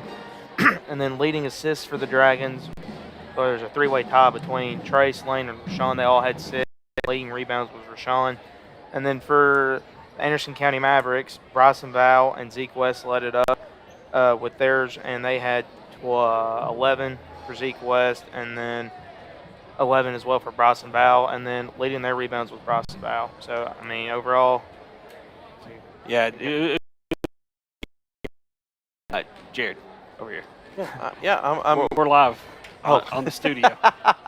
You're just staring at the screen. I was just trying to get We have the court on this screen over here, and I was just, watching them shake hands. Yeah, you were just off in La La Land. Yeah, I was. Okay. And so, what do you think, Jackson? Point-wise, Jackson, but I feel like overall player would be Rashawn. Rashawn? I mean, Lane had a really good game too, but Rashawn had even rebounds. So yeah. We'll say Rashawn. We're going to call it the three-point line. All right, so we'll say Rashawn gets our player of the game, 13 points, 6 assists, 9 boards. So Rashawn, player of the game, congratulations to him. Congratulations to Clinton tonight. Hey, did we give a player of the game for the girls' game? No. We did not. So we'll go back here, and player of the game for the girls. We gave it to Bailey last time. We'll go with Sarah this time. Sarah Burton. She got double-double again. Or she had Burrows. rebounds. What'd she do? Bailey had a great game. She had 16 points. Burton had 18, but Burton had double-digit rebounds. All right. So the edge goes to the rebounds. The defensive part, we'll give it to Burton tonight. So congratulations to Sarah Burton and Rashawn for their players of the game. With that and about $3.28, you can get you a coffee down at Dunkin' Donuts. So, but thank you guys. That's so, if you go with the large. Yeah, the extra large. Yeah. But thank you guys so much for watching. Once again, we'll be bringing you live wrestling action on Tuesday night. What time? You know what time that starts? The 6. coverage starts at 6 o'clock. We'll have the wrestling duels at Anderson County. Clinton will be there, so we'll get both wrestling programs in. We'll bring you all the interviews and everything that we can. It's our favorite night of the year. Dallas, thanks so much for joining us for the basketball game tonight. We look forward to seeing you at the next basketball game.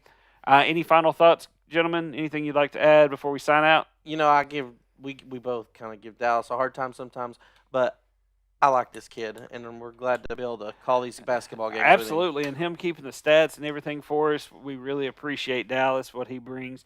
Thanks to Andy and Ryan behind the scenes, our camera operators. I think it's Sam tonight. Don't know who else. Sam Myers, I believe. Molly's there. Molly was getting the the interviews and everything lined up for us. So thanks to everyone.